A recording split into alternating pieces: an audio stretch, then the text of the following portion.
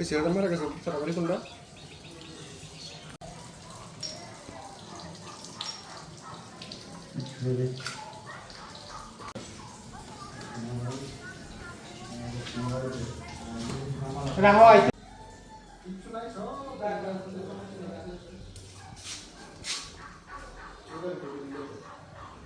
Ini betul betul mereka masuk.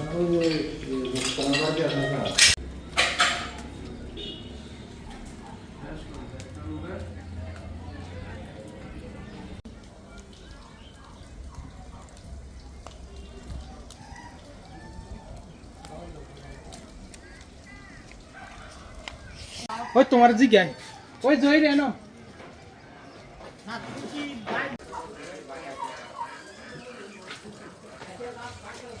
তুই অপরা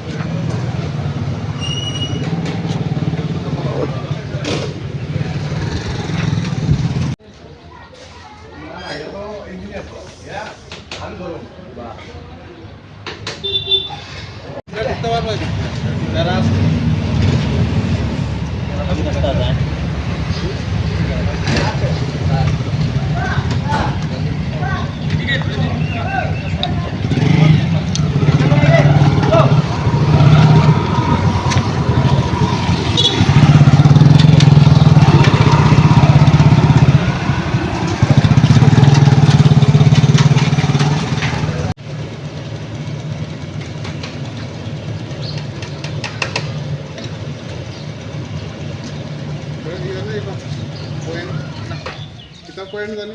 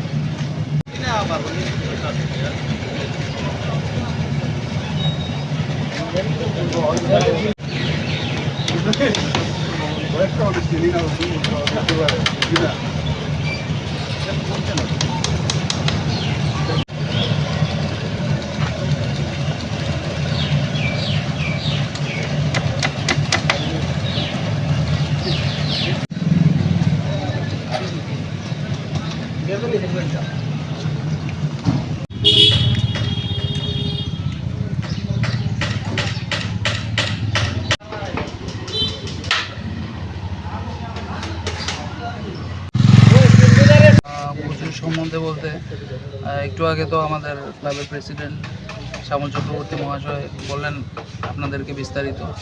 তো আমাদের এবার 37তম দুর্গা উৎসব জনতা ক্লাব দীর্ঘদিন ধরেই মাছমারার মানুষকে আনন্দ দেওয়ার জন্য এই পূজার আয়োজন করে আসছে।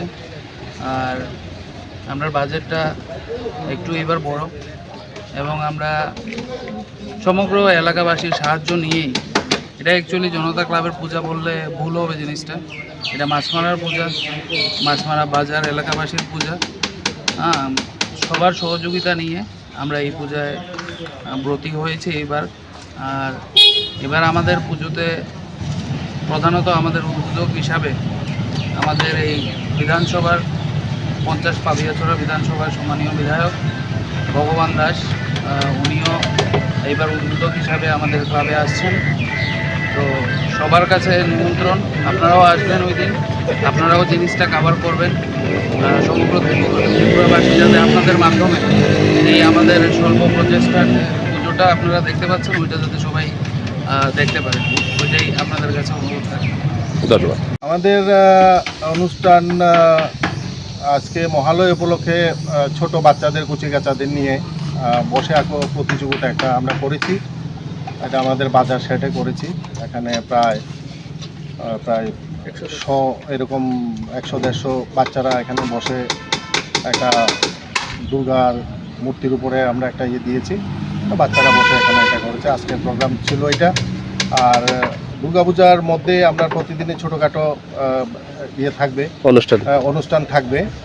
লোকাল আর্টিস্ট নাচ গান, লোকাল আর্টিস্ট দিয়ে নাচ গান এগুলো থাকবে, বাচ্চাদের নাচ গান এগুলো থাকবে। এটা প্রতিদিনের থাকবে, প্রোগ্রাম থাকবে। আচ্ছা, আপনারা যে 10 লাখ টাকা বাজেট হাতে নিয়েছেন, তো পয়সাগুলো কোথা থেকে কালেকশন করছেন? পয়সা দেখুন, আমরা ক্লাবে প্রায় 50-60 জনের মতো আমরা মেম্বার আছি।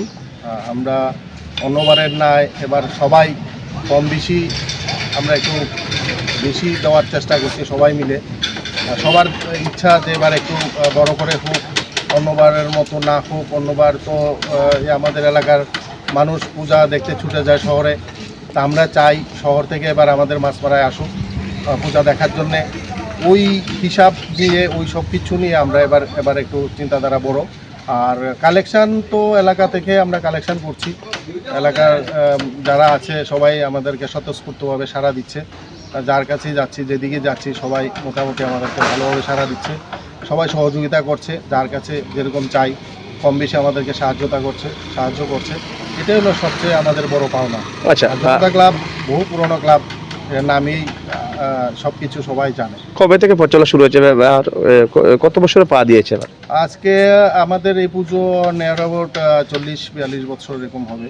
আচ্ছা, এই পুজো। আপনারা মূর্তি কোথা থেকে আনছেন? মূর্তি আমরা এবার বাইরে বলতে আমাদের পাশেই রাজনগর, ওখান থেকে মূর্তি আনছি। আর লাইটিং তাও বাইরে বলতে ত্রিপুরারই লাইটিং যেগুলো থাকবে, গেটে থাকবে, লাইটিং থাকবে, সব ত্রিপুরার, মাছপাড়ার বাইরে।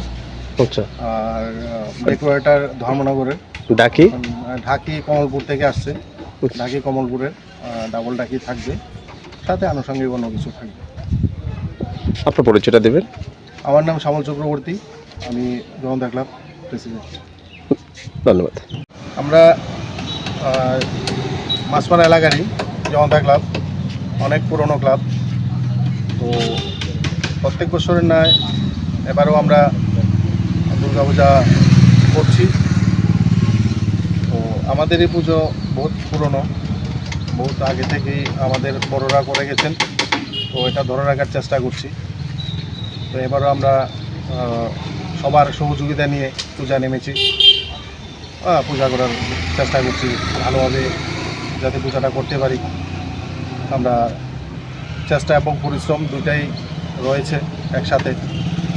আমাদের ক্লাবের ছোট বড় সবাই মিলে আমরা সবার সহযোগিতা, এলাকাবাসীর সহযোগিতা নিয়ে এই পূজা হচ্ছে। আচ্ছা, মাছপাড়া জনতা ক্লাব কুমারঘাট মহকুমার অন্যান্য ক্লাবগুলোর সাথেও পাল্লা দিয়ে এবার পূজা ব্রতী হয়েছেন, তো কত টাকা বাজেট হাতে নিয়েছেন আপনারা? আমাদের বাজেট এবার একটু বেশি। অন্যান্যবার আমরা হয়তোবা এতটুকু বাজেটে পূজা করার সাহস করছিলাম না। এবার একটু নিয়েছি। আমরা 10 লাখ টাকার উপরে আমাদের বাজেট আছে, ন্যূনতম 10 লাখ টাকা এরকম আমাদের বাজেট। তার উপরে হয়তোবা এবার খরচ হতে পারে।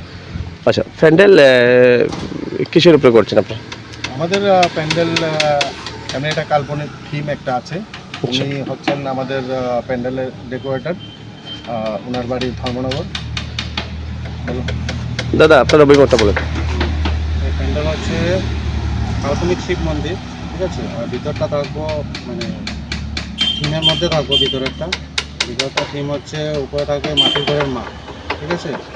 যে নারী শোষণতা হচ্ছে এগুলো নিয়ে মানে ভিতরটা অল্প কিছু দেখা যাচ্ছে। আচ্ছা, পুজোর 4 দিন ব্যাপী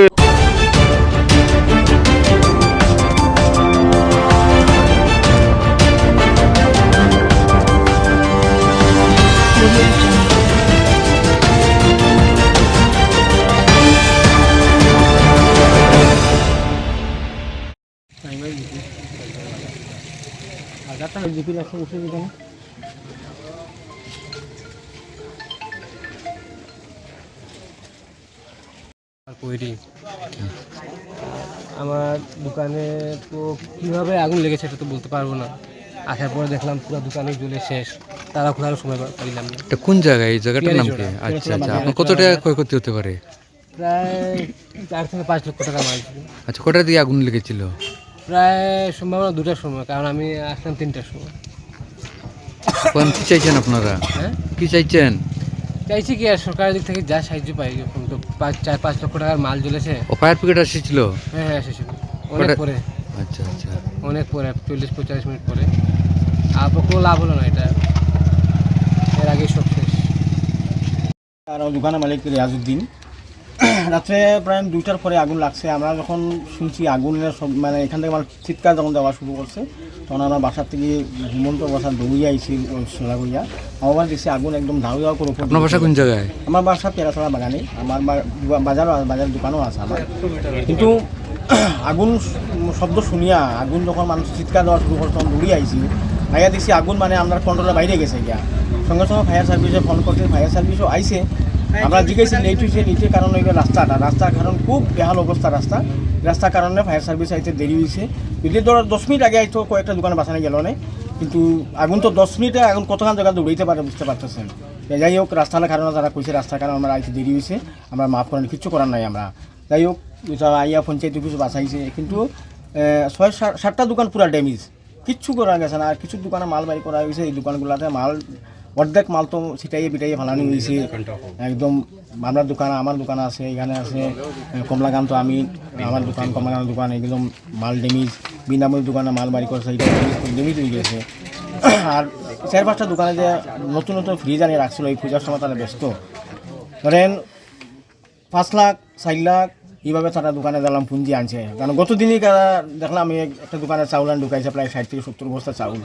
তারপরে গোখাদ্য যে একটা কালা গুড় আছে, এটাও প্রায় 100 টিনের মতো আনছে, কারণ এখানে গুড়ের সাথে ওই গরুরে মানে মিক্সড করে খাওয়ানো হয়, যার কারণে প্রচুর টাকা ক্ষতি হয়েছে। এটা আমরা সরকারের কাছে বা সরকারের কাছে আমাদের অনুরোধ, যাতে এই এরিয়াতে যারা ক্ষতি হয়েছে তারা যেন ক্ষতিপূরণটা পায় আর কি।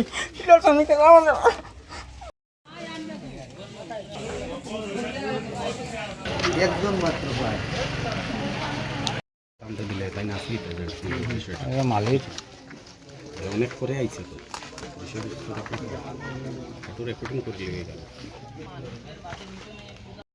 দিলে তাই না আসি মালিক অনেক করে আইছে তো বিষয় রেকর্ডিং করে লেগে গেল।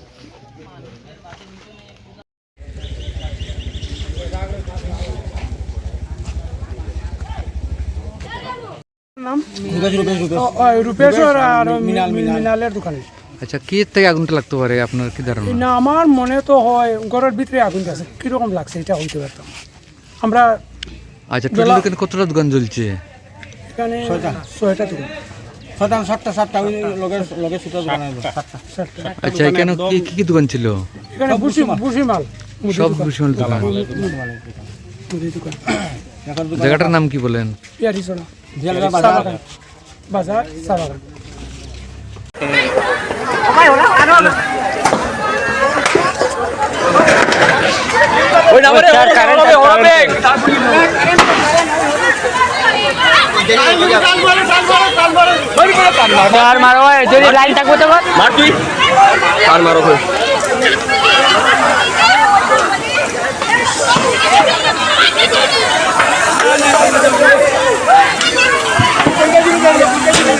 পঞ্চায়েতে ধর নেবে।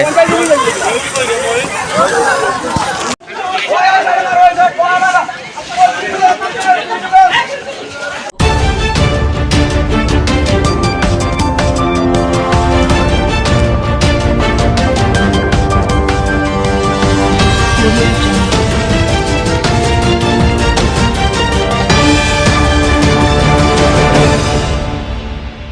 প্রেক্ষাপট তৈরি করে দিয়েছে। ভারতীয় জনতা পার্টির নেতৃত্বে এনডিএ সরকার দিল্লিতে 2014-তে বসেছে এবং 2017-তে জিএসটি নতুন করে goods and services tax 1 point tax করার ক্ষেত্রে একটা বিশেষ বড় পদক্ষেপ ছিল। তৎকালীন ফাইন্যান্স মিনিস্টার অরুণ জেটলিজি ছিলেন এবং প্রধানমন্ত্রী নরেন্দ্র মোদীজির নেতৃত্বে ভারত সেই যাত্রা শুরু করেছিল। 8 বছর পরে আমরা জিএসটি 2.0-তে উপস্থিত হয়েছি এবং এই 2.0-তে এসে সব থেকে মূল যে কথাটা জিএসটিতে হয়েছে সেটা হচ্ছে 4টা স্তরে 4টা লেভেলের যে ট্যাক্সের স্ল্যাবগুলো ছিল, যেটা প্রথম বর্ষে করা হয়েছিল জিএসটি 1.0, 4টা ট্যাক্সের স্ল্যাব ছিল 5%, 12%, 18% এবং 28%, এবং সেই 4টা ট্যাক্সের স্ল্যাবকে কমিয়ে এইবারের জিএসটি প্রপোজাল যেটা কালকের থেকে শুরু হবে সেটা 2টা স্ল্যাবে এসেছে, 5% এবং 18%, এবং 140 কোটি ভারতবাসীকে তাদের যে পাওনা ছিল তাদের মুখে হাসি ফুটিয়েছে। এবং এই কথাতে আপনারা বুঝতে পারছেন যে ট্যাক্সের যে নেটওয়ার্ক হয়েছে ভারতবর্ষে, সবাই জানতো যে কংগ্রেসের আমলে মানুষ ট্যাক্স দেয় না, ট্যাক্স চুরি করা হয়। কেন চুরি করা হতো ট্যাক্স? কারণ ট্যাক্সের স্ল্যাব একটা বিশেষ পর্যায়ে ছিল এবং যেটা জনসাধারণ, কমন জনসাধারণ সেই ট্যাক্সটাকে দিতে পারতো না, এবং এক সময় 30 লক্ষ লোকের নিচে ট্যাক্স দিত। বিজেপি আসার পর আমরা দেখতে পাই আস্তে আস্তে সেটা বাড়ে এবং 2017-তে 65 লক্ষ লোক ভারতবর্ষে, তখন 130 কোটি লোক ছিল, তার মধ্যে 65 লক্ষ লোক ট্যাক্সের আওতায় আসে, তারা ট্যাক্স দেওয়া আরম্ভ করে। আজকের দিনে আরো 8 বছর পরে আমরা দেখতে পাই যে ভারতবর্ষে প্রায় 1,51 লক্ষ লোক ট্যাক্সের স্ল্যাবের মধ্যে এসেছে এবং তারা ট্যাক্স দিচ্ছে। তার মানেটা কি? তার মানে ভারতের ট্যাক্সের যে আয় হচ্ছে সেই আয়টা অনেক বেড়ে গেছে। 2018-তে সে পরিমাণ ছিল 7.1 লাখ করোড়, এইবার এটা দাঁড়িয়েছে 2025-এ, মার্চ 2025-এ এটা 22.08 লাখ করোড়, মানে প্রায় আমরা 200%-এর উপরে এটার ইনক্রিজ হয়েছে, এটা আমরা দেখতে পেয়েছি। আর যে জিনিসগুলা হয়েছে সেটা সব থেকে বড় কথা হচ্ছে যে এই যে আমাদের আয় বেড়েছে ট্যাক্সের জড়িয়তে, ইনডাইরেক্ট ট্যাক্সের জড়িয়তে যে আয় বেড়েছে, তাতে আমরা জানি যে প্রধানমন্ত্রীর নেতৃত্বে আমরা 4 কোটি ঘর প্রধানমন্ত্রী আবাস বানিয়েছি। এইবার এত টাকা আমরা যখন ট্যাক্সে আসবে তখন এটা আমরা 4 গুণ বাড়াতে পারবো, এইরকম একটা পরিস্থিতি আমাদের কাছে এসেছে। প্রোডাক্ট লিঙ্কড ইনসেনটিভস যেটাকে বলে, যে কোনো ছোট ছোট এমএসএমই গুলো থাকে, তারা যাই ছোট কিছু প্রোডাকশন করে, তারা সেখানে প্রোডাকশন করলে ইনসেনটিভের জন্য অ্যাপ্লাই করে, সাবসিডির জন্য অ্যাপ্লাই করে, সরকার তাদেরকে ইনসেনটিভ দেয়, সাবসিডি দেয়, এবং সেই পিএলআই লিঙ্কড স্কিমগুলোতে 10 গুণ বাড়ানো যাবে, এইরকম একটা পরিস্থিতি আমাদের সরকার করেছে। এই যে ট্যাক্সের পরিধিটা এসেছে তাতে দেখা যায় মাসের শেষে একটা মধ্যবিত্ত পরিবারের কাছে যে টাকা অর্থ সঞ্চয় হচ্ছে সেই সঞ্চয়ের পরিমাণটা বাড়বে। সঞ্চয়ের যদি পরিমাণ বাড়ে তাহলে ফেস্টিভ্যালে মানুষ জামা কাপড়, গিফট ইত্যাদি, মিষ্টির থেকে আরম্ভ করে অন্য কিছু, সেগুলো কনজাম্পশন বাড়বে। কনজাম্পশন বাড়লে যে মানি রোলিং যেটা হয় সেই রোলিং মানিটা বাড়বে এবং নতুন নতুন প্রোডাকশন হবে, নতুন নতুন চাকরি হবে, নতুন নতুন আনএমপ্লয়মেন্টের যেগুলো পরিধি ছিল সেটা থেকে বেরিয়ে মানুষ নতুন ভাবে আমরা অনেক কিছু করতে পারবো। রাজীব দাকে আমি ধন্যবাদ জানাই। মোটামুটি ভাবে কিসের কিসের দাম কমেছে, কিসের কিসের দাম বেড়েছে এটা উনি বলে দিয়েছেন, আমি আর সেই দিকে যাচ্ছি না। আমরা একটা কথা বিশেষ করে বলা দরকার, এই যে জিএসটি হয়েছে সব থেকে বেশি লাভ কাদের হয়েছে? গ্রামের যারা কৃষকরা আছে তাদের সব থেকে বেশি লাভ হয়েছে। আগে ফার্মিং প্রোডাক্টস এর উপরে ট্র্যাক্টরের যে টায়ার, ট্র্যাক্টরের যে পার্টস, এগুলোতে 18% ট্যাক্স ছিল। এখন যারা ফার্মিং করবে, যারা কৃষক আছে, তাদের যে দৈনন্দিন সামগ্রী কৃষিকার্যে লাগে সেই জিনিসের ট্যাক্স 5%-এ নিয়ে আসা হয়েছে এবং তাদের যাতে প্রোডাকশন বাড়ানো যায়, তাদের যাতে বছরের শেষে আয় বাড়ানো যায় তার দিকে সরকার বিশেষ দৃষ্টি দিয়েছে এবং ভারতবর্ষের প্রত্যেক কৃষকের যাতে বার্ষিক আয় বাড়ে সেটার দিকে নজর আমাদের সরকার দিয়েছে। আরেকটা জিনিস বলা বাহুল্য যে স্বাস্থ্যর দিকে আমাদের সরকার নজর দিয়েছে।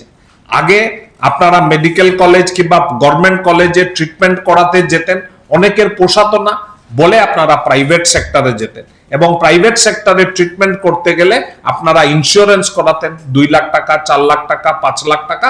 তার সেই ইন্স্যুরেন্স করালে সেই ইন্স্যুরেন্সের জন্য আপনাদের জিএসটি দিতে হতো। আমাদের সরকার, মোদিজির সরকার, নির্মলা সীতারামনজির সরকার এইবার প্রথমবারের জন্য এই যে হেলথের উপরে যে ইন্স্যুরেন্স আছে সেই ইন্স্যুরেন্সটাকে 0% জিএসটি করে দিয়েছে। আপনারা এখন যদি হেলথের ইন্স্যুরেন্স করেন তাহলে স্বাস্থ্যজনিত কোনো কারণে জিএসটি দিতে হবে না। এটা আমাদের সব থেকে বড় উপলব্ধি আমাদের সরকার করেছে। আমাদের মোটামুটি ভাবে যে জিনিসটা বলা দরকার যে কৃষি কার্যে ভারতবর্ষের মানুষ সব থেকে বেশি ভাবে ব্যস্ত হয়ে আছে, তারপরে এমএসএমই গুলো আছে যে প্রায় 11 কোটি লোক এমএসএমইর উপরে জড়িত আছে। আমি আর ডিটেইলস যাচ্ছি না, অনেকগুলো কাজ আমাদের সরকার করেছে। একটা কথা বলা দরকার যে 140 কোটি ভারতবাসীর মধ্যে মোদিজির সরকার 2014 থেকে 2025-এর মধ্যে প্রায় 25 কোটি গরিব জনসাধারণকে দরিদ্র সীমার উপরে উঠিয়ে নিয়ে আসতে পেরেছে। এটা আমাদের একটা বিশেষ উপলব্ধি বলে আমি মনে করি। কংগ্রেসের আমলে ট্যাক্সের টেরোরিজম হয়েছে, আমাদের সরকার ট্যাক্সের যে সিম্পলিফিকেশন করে যাতে গরিব জনসাধারণকে ট্যাক্সের আওতার থেকে বের করে তাদেরকে যাতে বেনিফিট দেওয়া যায় এটা করেছে। সিমেন্ট থেকে আরম্ভ করে টিভি ফ্রিজকে এসেনশিয়াল আইটেমের মধ্যে এনেছে। ট্যাক্সেশন 30% থেকে 18%-এ এসেছে। খাওয়ার পদার্থগুলোকে ইউপিএ জামানাতে যে ট্যাক্স দিল তার অর্ধেক থেকেও কমিয়ে দিয়েছে। অনেকগুলো প্রোডাক্ট এরকম আছে যেগুলো 0% ট্যাক্সে নেমেছে। আমাদের আশা যে ভারতবর্ষের সব থেকে বড় যে জিনিসটা হয়েছে সেটা হচ্ছে একটা ইউনিফাইড জিএসটি কমান্ড হচ্ছে। আগামী দিনে জিএসটির আরো সিম্পলিফিকেশন হবে, ভারতবর্ষের আরো মানুষ এই ট্যাক্সের আওতায় আসবে এবং ট্যাক্স দেবে সরকারকে স্বেচ্ছায় এবং সরকার সেই টাকা দিয়ে আমাদের অর্থনীতিকে পৃথিবীর 3 নম্বর অর্থনীতির দিকে নিয়ে যাবে এবং ভারতবর্ষকে একটা বৈভবশালী পরিস্থিতিতে এই ট্যাক্সের মাধ্যমে ইকোনমিক্যালি ড্রিভেন সোসাইটি হিসাবে আমরা দাঁড় করাতে পারবো, এরকম একটা মনস্থির আমাদের। আমার আর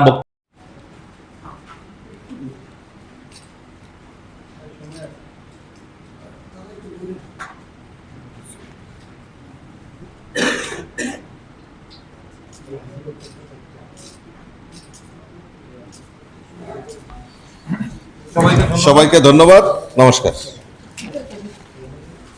আমরা ইতিমধ্যে সিদ্ধান্ত নিয়েছি যে আমরা এই যে কর মানে ট্যাক্স রিডিউস করা হয়েছে আগামী প্রজন্মের, তো আমরা দেশের যশস্বী প্রধানমন্ত্রীকে আমরা রিজলিউশন আমরা ধন্যবাদ জানিয়ে আমরা পত্র পাঠাবো।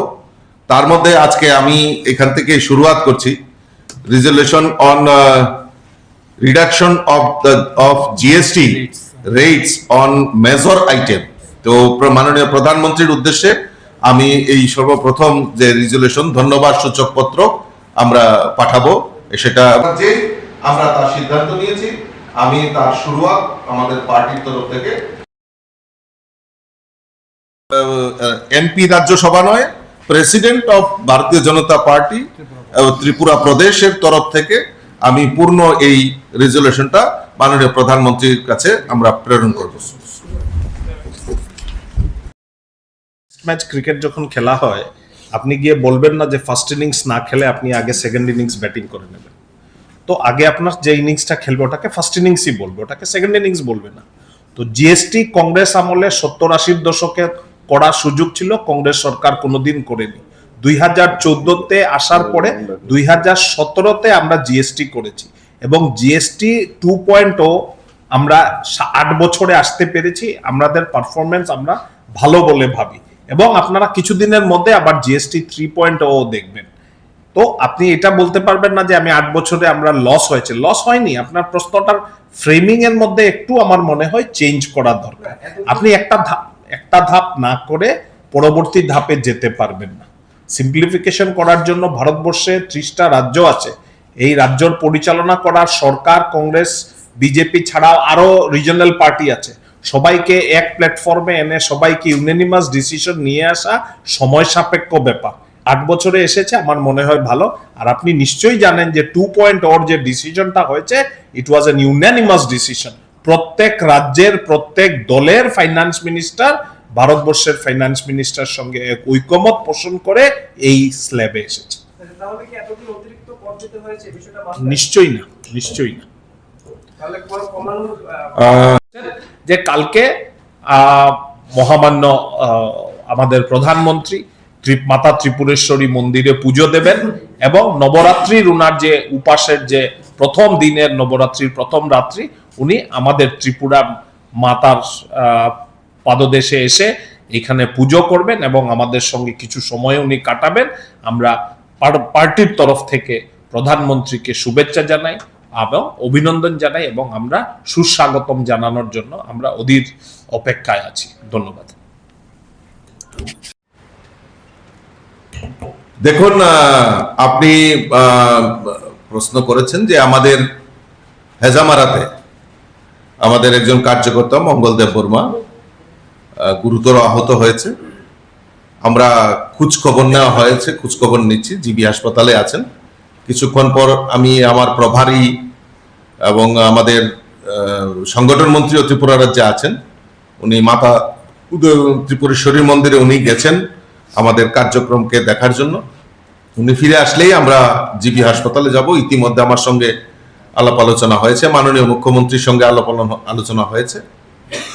যেই হোক এটা রেহাই করা হবে। তার আগেও আপনারা দেখেছেন মাননীয় মুখ্যমন্ত্রী স্পষ্ট ভাষায় বলে দিয়েছে যে আমরা এই ত্রিপুরা রাজ্যে আমরা শান্তি শৃঙ্খলা এবং সবচেয়ে বেশি প্রায়োরিটি যেটা আমাদের ল অ্যান্ড অর্ডার, সেটাকে নিয়ন্ত্রণ রেখে আমাদের সরকার কাজ করে চলছে। এর মধ্যে যারা এই কর্মের সঙ্গে জড়িত তাদের কাউকেই ছাড়া হবে না, সে যে কেউ হতে পারে, এবং তাদেরকে উপযুক্ত শাস্তির ব্যবস্থা ইতিমধ্যে করা হবে। মাননীয় মুখ্যমন্ত্রীর সঙ্গে আমার ব্যক্তিগতভাবে সেখানে আলাপ আলোচনা হয়েছে। মঙ্গলবাবু সরাসরি ত্রিপুরা কর্মীদের বিরুদ্ধে অভিযোগ করেছেন নাম দাম দিয়ে, সেই বিষয়টা কি? নিশ্চয়ই এফআইআর হবে এবং কাউকে, আমি তো বলছি যে কাউকেই রেহাই করা হবে না, সে যে কেউ হোক, যে কোনো রাজনৈতিক দলের হতে পারে।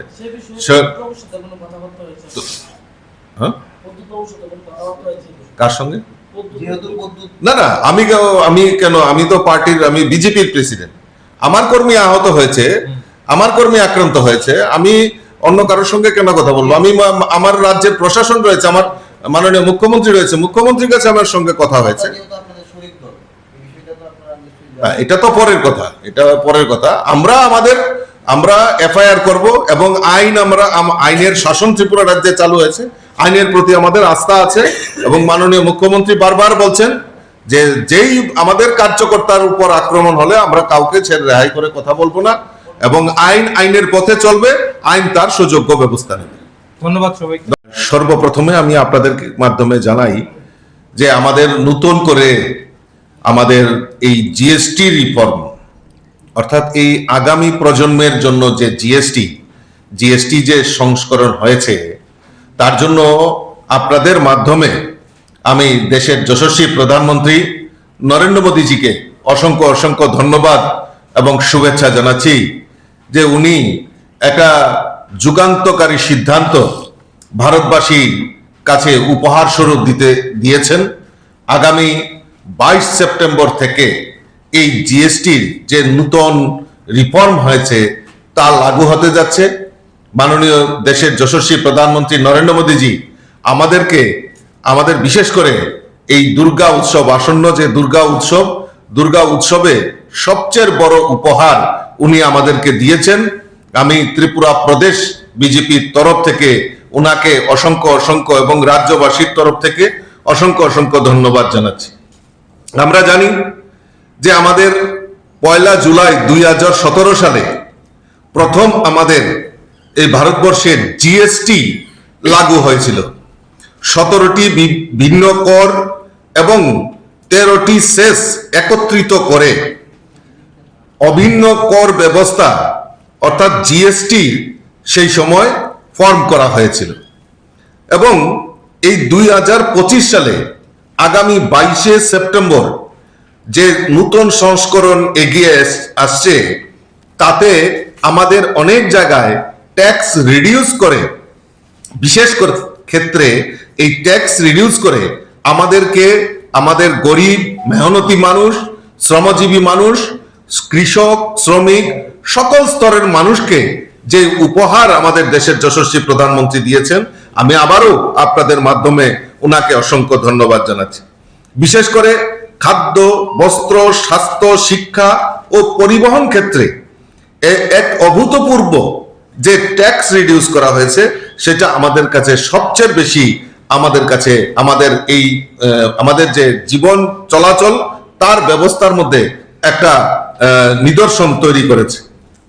আমরা জানি যে আমাদের আগে যে স্ল্যাবগুলি ছিল এখন 5%, 12% দুইটা স্ল্যাবে আমাদেরকে সেখানে ট্যাক্স দিতে হবে, যার ফলে আমাদের আগে যেরকম মাখন, ঘি, দুধ, দুগ্ধজাত তেল, জ্যাম, বাদাম, পেস্ট সেখানে 12% ট্যাক্স দিতে হতো, এখন সেটা রিডিউস করে 5%-এ চলে এসেছে। আমাদের যে চকলেট 31% যেখানে ট্যাক্স ছিল সেটা 5%-এ চলে এসছে। মিষ্টি ও মিষ্টি জাতীয় খাদ্য যেখানে আগে 21% ট্যাক্স ছিল সেখানে 5%-এ চলে এসছে। আমরা জানি যে গৃহস্থালী প্রয়োজনীয় জিনিস সেই জিনিসগুলিতেও আমাদের ট্যাক্স যে 27%, 17% আলাদা আলাদা ভাবে বিভক্ত ছিল সেটা এখন রিডিউস করে 5%-এ চলে এসছে। বাঁশের আসবাবপত্র যেটা আমরা গৃহস্থালীতে সবচেয়ে বেশি ব্যবহৃত হয় আমাদের উত্তর পূর্বাঞ্চলের মধ্যে, যেখানে 23% ট্যাক্স ছিল সেখানে 5%-এ নেমে এসছে। রান্নাঘরের জিনিসপত্র, সেই জিনিসপত্র রান্না করার সময় যে জিনিসগুলি ব্যবহার করা হয়, প্রেসার কুকার থেকে শুরু করে বিভিন্ন টেবিল, ডাইনিং টেবিল থেকে শুরু করে যেই জিনিস আমরা ব্যবহার করতাম 28%-এর ট্যাক্সের আওতায় ছিল, এখন মাত্র সেটা 5%-এ চলে এসেছে। ইলেকট্রিক সামগ্রী সেটা সেই ক্ষেত্রেও ট্যাক্স রিডিউস করা হয়েছে এবং বস্ত্র ও পোশাক ক্ষুদ্র শিল্পে নতুন গতি এসছে। যেখানে আগে আমাদের নিত্য প্রয়োজনীয় যে জিনিসগুলি, বস্ত্র, আমরা যেগুলি পোশাক এবং যে বস্ত্র আমরা ব্যবহার করি সেইখানেও ট্যাক্সের সেখানে রিডিউস করা হয়েছে, 5%-এ চলে আসে। স্বাস্থ্য ও চিকিৎসার ক্ষেত্রে সবচেয়ে বেশি আমাদের স্বাস্থ্য এবং চিকিৎসার ক্ষেত্রে আমাদের সেখানে ট্যাক্স অনেক, যেটা 12% ছিল সেটা 5% আসছে। পাশাপাশি জীবনদায়ী ওষুধগুলিতে 0% ট্যাক্স সেখানে করা হয়েছে। এটা আমাদের কাছে সবচেয়ে বড় জিনিস। শিক্ষা ক্ষেত্রে যেখানে আমাদের ট্যাক্স আগে বেশি ছিল সেটাকেও 12% ছিল, সেটাকেও আমাদের 5%-এ রিডিউস করা হয়েছে। খেলাধুলার সামগ্রী, বিনোদনের সামগ্রী সেই ক্ষেত্রেও ট্যাক্স রিডিউস করা হয়েছে। যানবাহন চলাচল যাতে সহজে করা যায় তার জন্য সেখানে ট্যাক্সের আমরা দেখেছি রিডিউস করা হয়েছে। শিল্প, হস্তশিল্প ও সংস্কৃতি শিল্পীদের ব্যবহৃত সামগ্রী সেখানে ট্যাক্স রিডিউস করা হয়েছে।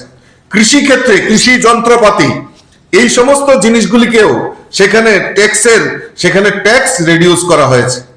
আমি এই যে ট্যাক্স আমাদের নতুন কর আমাদের আগামী 22শে সেপ্টেম্বর সেটা চালু হচ্ছে।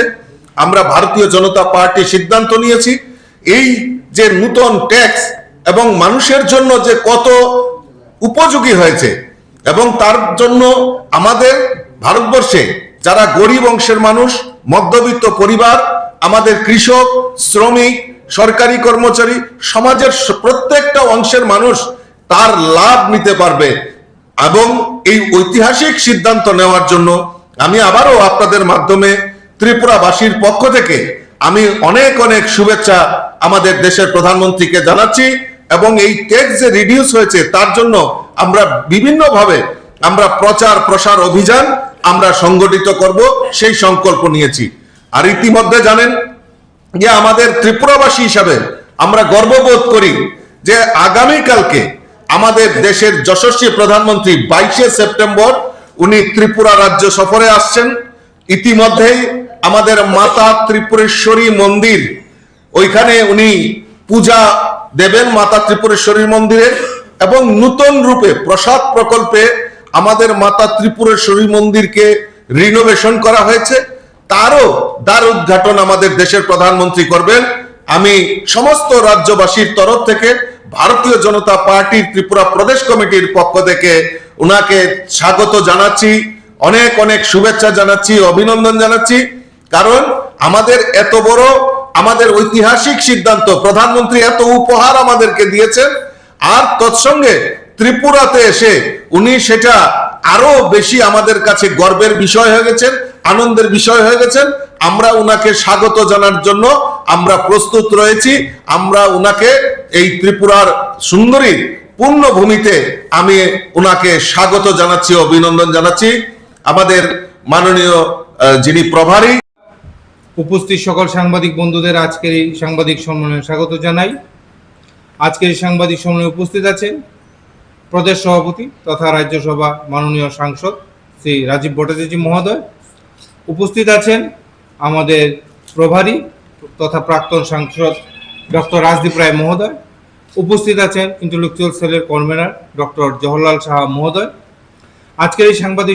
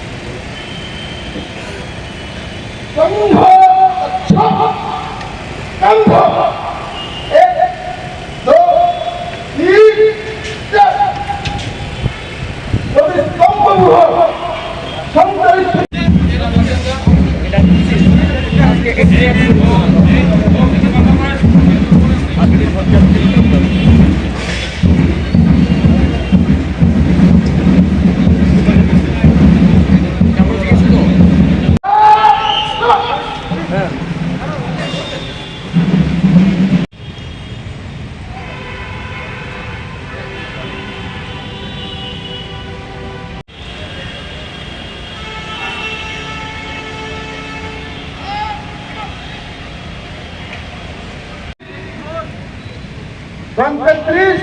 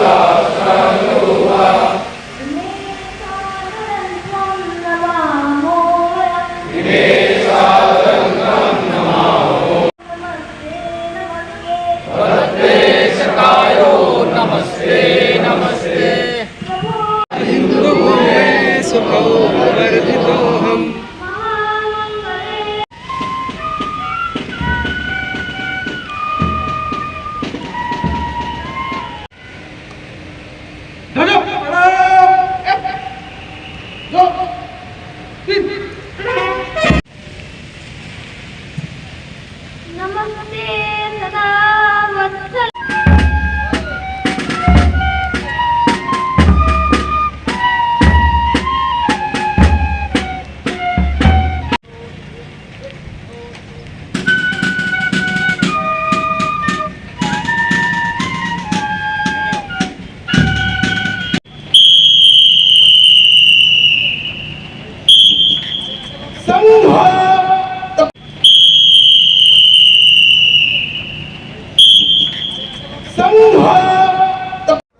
আজকের যে কর্মসূচি মহালয়া পথসঞ্চলন সেটা আমাদের চিরাচরিত প্রথা। আমরা প্রত্যেক বছর এই মহালয়াতে সঞ্চালন করে থাকি, এর ব্যতিক্রম এই বছর না। এই একই পদ্ধতিতে আমরা আমাদের পথসঞ্চলন করছি। মেসেজটা কি দিচ্ছে? মেসেজ, আমরা সমাজে পরিবর্তন চাই। পঞ্চ পরিবর্তনের মাধ্যমে সমাজে পরিবর্তন আসুক, রাজ্য রাষ্ট্র গঠিত হোক, সবাই সুশৃঙ্খলভাবে চলুক, এর অধীনে সবাই চলুক, পরিবেশ রক্ষা করুক, নাগরিক শিষ্টাচার সবাই মেনে চলুক, এবং এইভাবে সমাজ পরিবর্তন হবে। আর এই সমাজ পরিবর্তনটাই আমরা চাচ্ছি।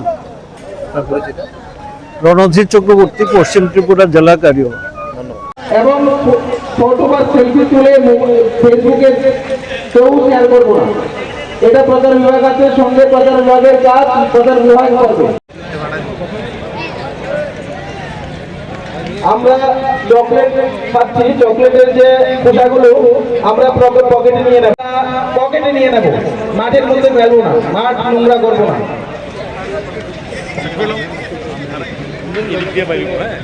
প্রথম প্রতি যে সংসর্গ, দ্বিতীয় প্রতি প্রেম সংসর্গ, এই যে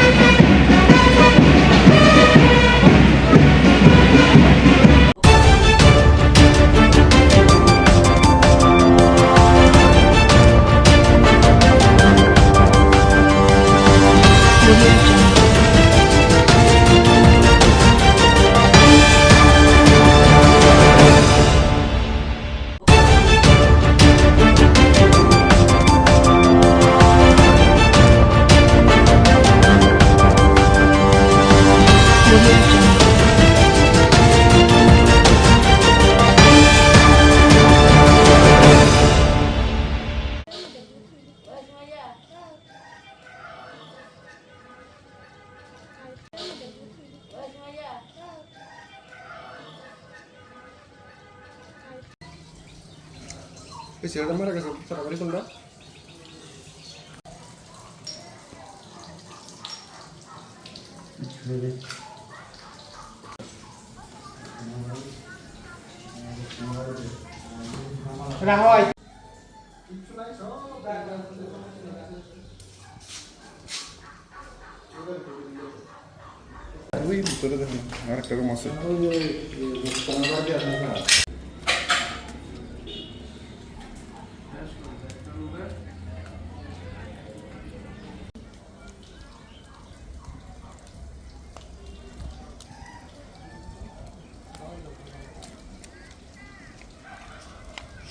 ওই তোমার জিজ্ঞাই ওই জয় রে না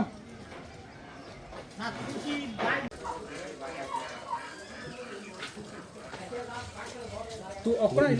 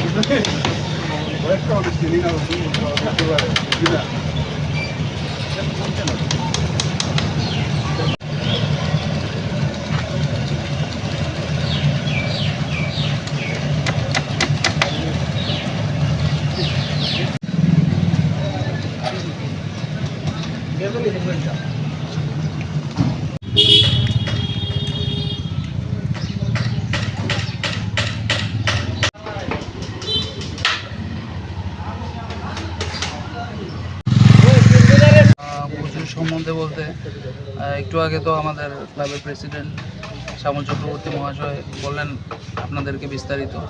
তো আমাদের এবার 37তম দুর্গা উৎসব জনতা ক্লাব দীর্ঘদিন ধরেই মাছমারার মানুষকে আনন্দ দেওয়ার জন্য এই পূজার আয়োজন করে আসছে। আর আমরা বাজেটটা একটু এবার বড় এবং আমরা সমগ্র এলাকাবাসীর সাহায্য নিয়েই, এটা অ্যাকচুয়ালি জনতা ক্লাবের পূজা বললে ভুল হবে জিনিসটা, এটা মাছমারার পূজা, মাছমারা বাজার এলাকাবাসীর পূজা। সবার সহযোগিতা নিয়ে আমরা এই পূজায় ব্রতী হয়েছি এইবার। আর এবার আমাদের পুজোতে প্রধানত আমাদের উদ্যোগ হিসাবে আমাদের এই বিধানসভার 50 পাবিয়াছড়া বিধানসভার সম্মানীয় বিধায়ক ভগবান দাস, উনিও এইবার উদ্যোগ হিসাবে আমাদের ক্লাবে আসছেন। তো সবার কাছে নিমন্ত্রণ, আপনারাও আসবেন ওই দিন, আপনারাও জিনিসটা কভার করবেন। সমগ্র ত্রিপুরাবাসী যাতে আপনাদের মাধ্যমে এই আমাদের স্বল্প প্রচেষ্টার পুজোটা আপনারা দেখতে পাচ্ছেন, ওইটা যাতে সবাই দেখতে পারেন, ওইটাই আপনাদের কাছে অনুরোধ থাকে। ধন্যবাদ। আমাদের অনুষ্ঠান আজকে মহালয়া উপলক্ষে ছোট বাচ্চাদের কচিকাচাদের নিয়ে বসে আঁকো প্রতিযোগিতা একটা আমরা করেছি। এটা আমাদের বাজার সেটে করেছি। এখানে প্রায় প্রায় 100 এরকম 100-150 বাচ্চারা এখানে বসে একটা দুর্গার মূর্তির উপরে আমরা একটা দিয়েছি, তো বাচ্চারা বসে এখানে এটা করেছে। আজকের প্রোগ্রাম ছিল এটা। আর দুর্গাপূজার মধ্যে আমরা প্রতিদিনই ছোটোখাটো থাকবে, অনুষ্ঠান থাকবে, লোকাল আর্টিস্ট নাচ গান, লোকাল আর্টিস্ট দিয়ে নাচ গান এগুলো থাকবে, বাচ্চাদের নাচ গান এগুলো থাকবে। এটা প্রতিদিনের থাকবে, প্রোগ্রাম থাকবে। আচ্ছা, আপনারা যে 10 লাখ টাকা বাজেট হাতে নিয়েছেন, তো পয়সাগুলো কোথা থেকে কালেকশন করছেন? পয়সা দেখুন, আমরা ক্লাবে প্রায় 50-60 জনের মতো আমরা মেম্বার আছি। আমরা অন্যবারের নাই এবার সবাই কম বেশি আমরা একটু বেশি দেওয়ার চেষ্টা করছি সবাই মিলে। সবার ইচ্ছা যে এবার একটু বড় করে হোক, অন্যবারের মতো না হোক। অন্যবার তো আমাদের এলাকার মানুষ পূজা দেখতে ছুটে যায় শহরে, তা আমরা চাই শহর থেকে এবার আমাদের মাছপাড়ায় আসুক পূজা দেখার জন্যে। ওই হিসাব নিয়ে ওই সব কিছু নিয়ে আমরা এবার একটু চিন্তাধারা বড়। আর কালেকশান তো এলাকা থেকে আমরা কালেকশান করছি, এলাকার যারা আছে সবাই আমাদেরকে স্বতঃস্ফূর্তভাবে সাড়া দিচ্ছে। যার কাছেই যাচ্ছি, যেদিকে যাচ্ছি, সবাই মোটামুটি আমাদেরকে ভালোভাবে সাড়া দিচ্ছে, সবাই সহযোগিতা করছে। যার কাছে যেরকম চাই কম বেশি আমাদেরকে সাহায্য করছে। এটাই হলো সবচেয়ে আমাদের বড় পাওনা। আচ্ছা, জনতা ক্লাব বহু পুরনো ক্লাব, নামেই সব কিছু সবাই জানে। কবে থেকে প্রচলন শুরু হয়েছে আর কত বছরে পা দিয়েছে? আজকে আমাদের এই পুজো নিয়ার অ্যাবাউট 40-42 বছর এরকম হবে। আচ্ছা, এই পুজো। আপনারা মূর্তি কোথা থেকে আনছেন? মূর্তি আমরা এবার বাইরে বলতে আমাদের পাশেই রাজনগর, ওখান থেকে মূর্তি আনছি। আর লাইটিং তাও বাইরে বলতে ত্রিপুরারই লাইটিং যেগুলো থাকবে, গেটে থাকবে, লাইটিং থাকবে, সব ত্রিপুরার, মাছপাড়ার বাইরে। আচ্ছা। আর ডেকোরেটর ধর্মনগরের, ঢাকি কমলপুর থেকে আসছে, ঢাকি কমলপুরের ডাবল ঢাকি থাকবে, সাথে আনুষঙ্গিক অন্য কিছু থাকবে। আপনার পরিচয়টা দেবেন? আমার নাম শ্যামল চক্রবর্তী, আমি জনতা ক্লাব প্রেসিডেন্ট। ধন্যবাদ। আমরা মাছপাড়া এলাকারই জনতা ক্লাব, অনেক পুরনো ক্লাব। তো প্রত্যেক বছরের নয় এবারও আমরা দুর্গাপূজা করছি। তো আমাদের এই পুজো বহুত পুরনো, বহুত আগে থেকেই আমাদের বড়রা করে গেছেন, তো এটা ধরে রাখার চেষ্টা করছি। তো এবারও আমরা সবার সহযোগিতা নিয়ে পূজা নেমেছি, পূজা করার চেষ্টা করছি ভালোভাবে, যাতে পূজাটা করতে পারি। আমরা চেষ্টা এবং পরিশ্রম দুটাই রয়েছে একসাথে। আমাদের ক্লাবের ছোটো বড় সবাই মিলে আমরা সবার সহযোগিতা, এলাকাবাসীর সহযোগিতা নিয়ে এই পূজা করছি আর কি। আচ্ছা, মাছপাড়া জনতা ক্লাব বরগাছ মহকুমার অন্যান্য ক্লাবগুলোর সাথেও পাল্লা দিয়ে এবারে পূজা ব্রতী হয়েছেন, তো কত টাকা বাজেট হাতে নিয়েছেন আপনারা? আমাদের বাজেট এবার একটু বেশি। অন্যান্যবার আমরা হয়তোবা এতটুকু বাজেটে পূজা করার সাহস করছিলাম না, এবার একটু নিয়েছি। আমরা 10 লাখ টাকার উপরে আমাদের বাজেট আছে, ন্যূনতম 10 লাখ টাকা এরকম আমাদের বাজেট, তার উপরে হয়তোবা এবার খরচ হতে পারে। আচ্ছা, প্যান্ডেল কিসের উপরে করছেন আপনার? আমাদের প্যান্ডেল এমনি একটা কাল্পনিক থিম একটা আছে। উনি হচ্ছেন আমাদের প্যান্ডেলের ডেকোরেটর, ওনার বাড়ি ধর্মনগর। দাদা, আপনার অভিজ্ঞতা বলেন। এই প্যান্ডেল হচ্ছে কাল্পনিক শিব মন্দির, ঠিক আছে। আর ভিতরটা থাকবো থিমের মধ্যে থাকবো, ভিতরটা থিম হচ্ছে উপরে থাকবে মাটির ঘরের মা, ঠিক আছে। নারী শোষণতা হচ্ছে, এগুলো নিয়ে ভিতরটা অল্প কিছু দেখা যাচ্ছে। আচ্ছা, পুজোর 4 দিন ব্যাপী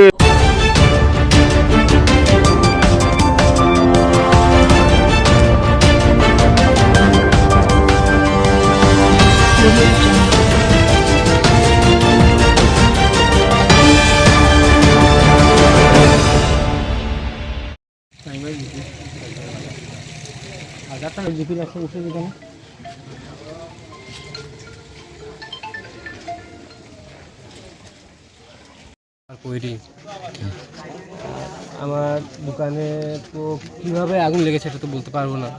আসার পরে দেখলাম পুরো দোকানে জ্বলে শেষ, তারা খোলার সময় পাইলাম না। এটা কোন জায়গায়? এই জায়গাটার নাম কি? আচ্ছা আচ্ছা, আপনার কত টাকা ক্ষয়ক্ষতি হতে পারে? প্রায় 4 থেকে 5 লক্ষ টাকা মাল ছিল। আচ্ছা কটার দিকে আগুন লেগেছিল? প্রায় সম্ভাবনা 2টার সময়, কারণ আমি আসলাম 3টার সময়। এখন কি চাইছেন আপনারা? হ্যাঁ, কি চাইছেন? চাইছি কি আর সরকারের দিক থেকে যা সাহায্য পাই, যখন তো 4-5 লক্ষ টাকার মাল জ্বলেছে। ও ফায়ার ব্রিগেড এসেছিল? হ্যাঁ এসেছিল অনেক পরে, আচ্ছা আচ্ছা, অনেক পরে 40-45 মিনিট পরে। আর কোনো লাভ হলো না, এটা এর আগেই সব শেষ। আর আমার দোকানের মালিক রিয়াজউদ্দিন, রাত্রে প্রায় 2টার পরে আগুন লাগছে। আমরা যখন শুনছি আগুনের সব মানে এখান থেকে আমার চিৎকার যখন দেওয়া শুরু করছে, তখন আমরা বাসার থেকে ঘুমন্ত বাসার দৌড়িয়ে আইছি সোলা করিয়া। আমার দেখছি আগুন একদম ধাউ ধাউ করে। আপনার বাসা কোন জায়গায়? আমার বাসা পেরাছড়া বাগানে। আমার বাজারের দোকানও আছে আমার। কিন্তু আগুন শব্দ শুনিয়া আগুন যখন মানুষ চিৎকার দেওয়া শুরু করছে, তখন দৌড়িয়ে আইছি। আইয়া দেখছি আগুন মানে আমরা কন্ট্রোলের বাইরে গেছে গিয়া। সঙ্গে সঙ্গে ফায়ার সার্ভিসে ফোন করতে, ফায়ার সার্ভিসও আইসে। আমরা জিজ্ঞেসি লেট হয়েছে, লেটের কারণ হইল রাস্তার কারণ খুব বেহাল অবস্থা। রাস্তার কারণে ফায়ার সার্ভিস আইতে দেরি হয়েছে। যদি ধরো 10 মিনিট আগে আইতো কয়েকটা দোকানে বাঁচানো গেল না, কিন্তু আগুন তো 10 মিনিটে আগুন কতক্ষণ জায়গা দৌড়াইতে পারে বুঝতে পারতেছেন। যাই হোক, রাস্তার কারণে তারা কইছে রাস্তার কারণে আমরা আইতে দেরি হয়েছে, আমরা মাফ করেন, কিচ্ছু করার নাই আমরা। যাই হোক, আইয়া পঞ্চায়েত অফিস বাঁচাইছে, কিন্তু 6-7টা দোকান পুরা ড্যামেজ, কিচ্ছু করা গেছে না। আর কিছু দোকানে মাল বাড়ি করা হয়েছে, এই দোকানগুলোতে মাল অর্ধেক মাল তো ছিটাইয়ে বিটাইয়ে ফালানি হয়েছে একদম। আমার দোকান আছে, এখানে আছে কমলাকান্ত, আমি আমার দোকান কমলাকান্ত দোকান, একদম মাল ড্যামেজ। বিনামূল্য দোকানে মাল বাড়ি করছে, এটা ড্যামেজ হয়ে গেছে। আর 4-5টা দোকানে যে নতুন নতুন ফ্রিজ আনিয়ে রাখছিল, এই পূজার সময় তারা ব্যস্ত। ধরেন 5 লাখ 4 লাখ এইভাবে তারা দোকানে দিলাম পুঁজি আনছে। কারণ গত দিনই দেখলাম আমি একটা দোকানে চাউল আন ঢুকাইছে প্রায় 60 থেকে 70 বস্তা চাউল। তারপরে গোখাদ্য যে একটা কালা গুড় আছে, এটাও প্রায় 100 টিনের মতো আনছে। কারণ এখানে গুড়ের সাথে ওই গরুরে মানে মিক্সড করে খাওয়ানি হয়, যার কারণে প্রচুর টাকা ক্ষতি হয়েছে। এটা আমরা সরকারের কাছে বা সরকারের কাছে আমাদের অনুরোধ, যাতে এই এরিয়াতে যারা ক্ষতি হয়েছে তারা যেন ক্ষতিপূরণটা পায় আর কি।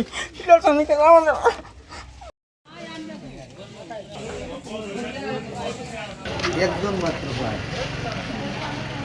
দামটা দিলে তাই না আসলেই বিষয়টা মালিক অনেক করে আইছে তো বিষয়টা রেকর্ডিং করে দিয়ে গেল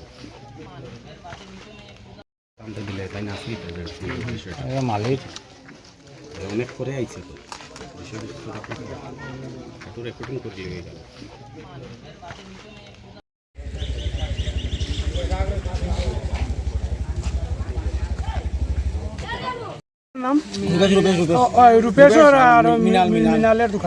আচ্ছা, কি থেকে আগুনটা লাগতে পারে আপনার কি ধারণা? না, আমার মনে তো হয় ঘরের ভিতরে আগুন আছে, কিরকম লাগছে এটা হইতে পারতাম আমরা। আচ্ছা, টোটাল এখানে কতটা দোকান জ্বলছে? এখানে 6টা দোকান, 7টা লগে 7টা দোকান। আচ্ছা, এখানে কি দোকান ছিল? এখানে বুসি মাল, সব বুসিমাল দোকান। জায়গাটার নাম কি বলেন? পিয়ারিছড়া বাজার চা বাগান।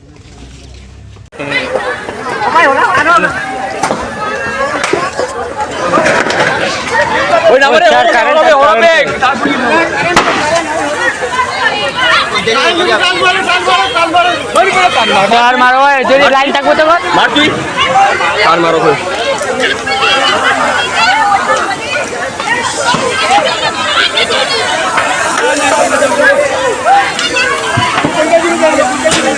পঞ্চায়েতে দল দেবে।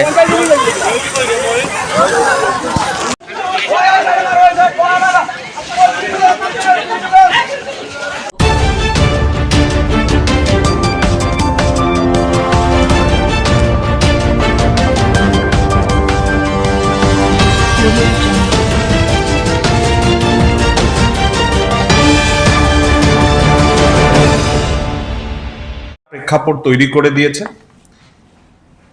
ভারতীয় জনতা পার্টির নেতৃত্বে এনডিএ সরকার দিল্লিতে 2014-তে বসেছে এবং 2017-তে জিএসটি নতুন করে goods and services tax 1 point tax করার ক্ষেত্রে একটা বিশেষ বড় পদক্ষেপ ছিল। তৎকালীন ফাইন্যান্স মিনিস্টার অরুণ জেটলিজি ছিলেন এবং প্রধানমন্ত্রী নরেন্দ্র মোদীজির নেতৃত্বে ভারত সেই যাত্রা শুরু করেছিল। 8 বছর পরে আমরা জিএসটি 2.0-তে উপস্থিত হয়েছি এবং এই 2.0-তে এসে সব থেকে মূল যে কথাটা জিএসটিতে হয়েছে সেটা হচ্ছে 4টা স্তরে 4টা লেভেলের যে ট্যাক্সের স্ল্যাব গুলো ছিল, যেটা প্রথম বর্ষে করা হয়েছিল জিএসটি 1.0, 4টা ট্যাক্সের স্ল্যাব ছিল 5%, 12%, 18% এবং 28%, এবং সেই 4টা ট্যাক্সের স্ল্যাবকে কমিয়ে এইবারের জিএসটি প্রপোজাল যেটা কালকের থেকে শুরু হবে সেটা 2টা স্ল্যাবে এসেছে, 5% এবং 18%, এবং 140 কোটি ভারতবাসীকে তাদের যে পাওনা ছিল তাদের মুখে হাসি ফুটিয়েছে। এবং এই কথাতে আপনারা বুঝতে পারছেন যে ট্যাক্সের যে নেটওয়ার্ক হয়েছে ভারতবর্ষে, সবাই জানতো যে কংগ্রেসের আমলে মানুষ ট্যাক্স দেয় না, ট্যাক্স চুরি করা হয়। কেন চুরি করা হতো ট্যাক্স? কারণ ট্যাক্সের স্ল্যাব একটা বিশেষ পর্যায়ে ছিল এবং যেটা জনসাধারণ, কমন জনসাধারণ সেই ট্যাক্সটাকে দিতে পারতো না, এবং এক সময় 30 লক্ষ লোকের নিচে ট্যাক্স দিত। বিজেপি আসার পর আমরা দেখতে পাই আস্তে আস্তে সেটা বাড়ে, এবং 2017 65 লক্ষ লোক ভারতবর্ষে, তখন 130 কোটি লোক ছিল, তার মধ্যে 65 লক্ষ লোক ট্যাক্সের আওতায় আসে, তারা ট্যাক্স দেওয়া আরম্ভ করে। আজকের দিনে আরো 8 বছর পরে আমরা দেখতে পাই যে ভারতবর্ষে প্রায় 1,51,00,000 লোক ট্যাক্সের স্ল্যাবের মধ্যে এসেছে এবং তারা ট্যাক্স দিচ্ছে। তার মানেটা কি? তার মানে ভারতের ট্যাক্সের যে আয় হচ্ছে সেই আয়টা অনেক বেড়ে গেছে। 2018-তে সে পরিমাণ ছিল 7.1 লাখ crore, এইবার এটা দাঁড়িয়েছে 2025-এ, মার্চ 2025-এ এটা 22.08 লাখ crore, মানে প্রায় আমরা 200%-এর উপরে এটার ইনক্রিজ হয়েছে, এটা আমরা দেখতে পেয়েছি।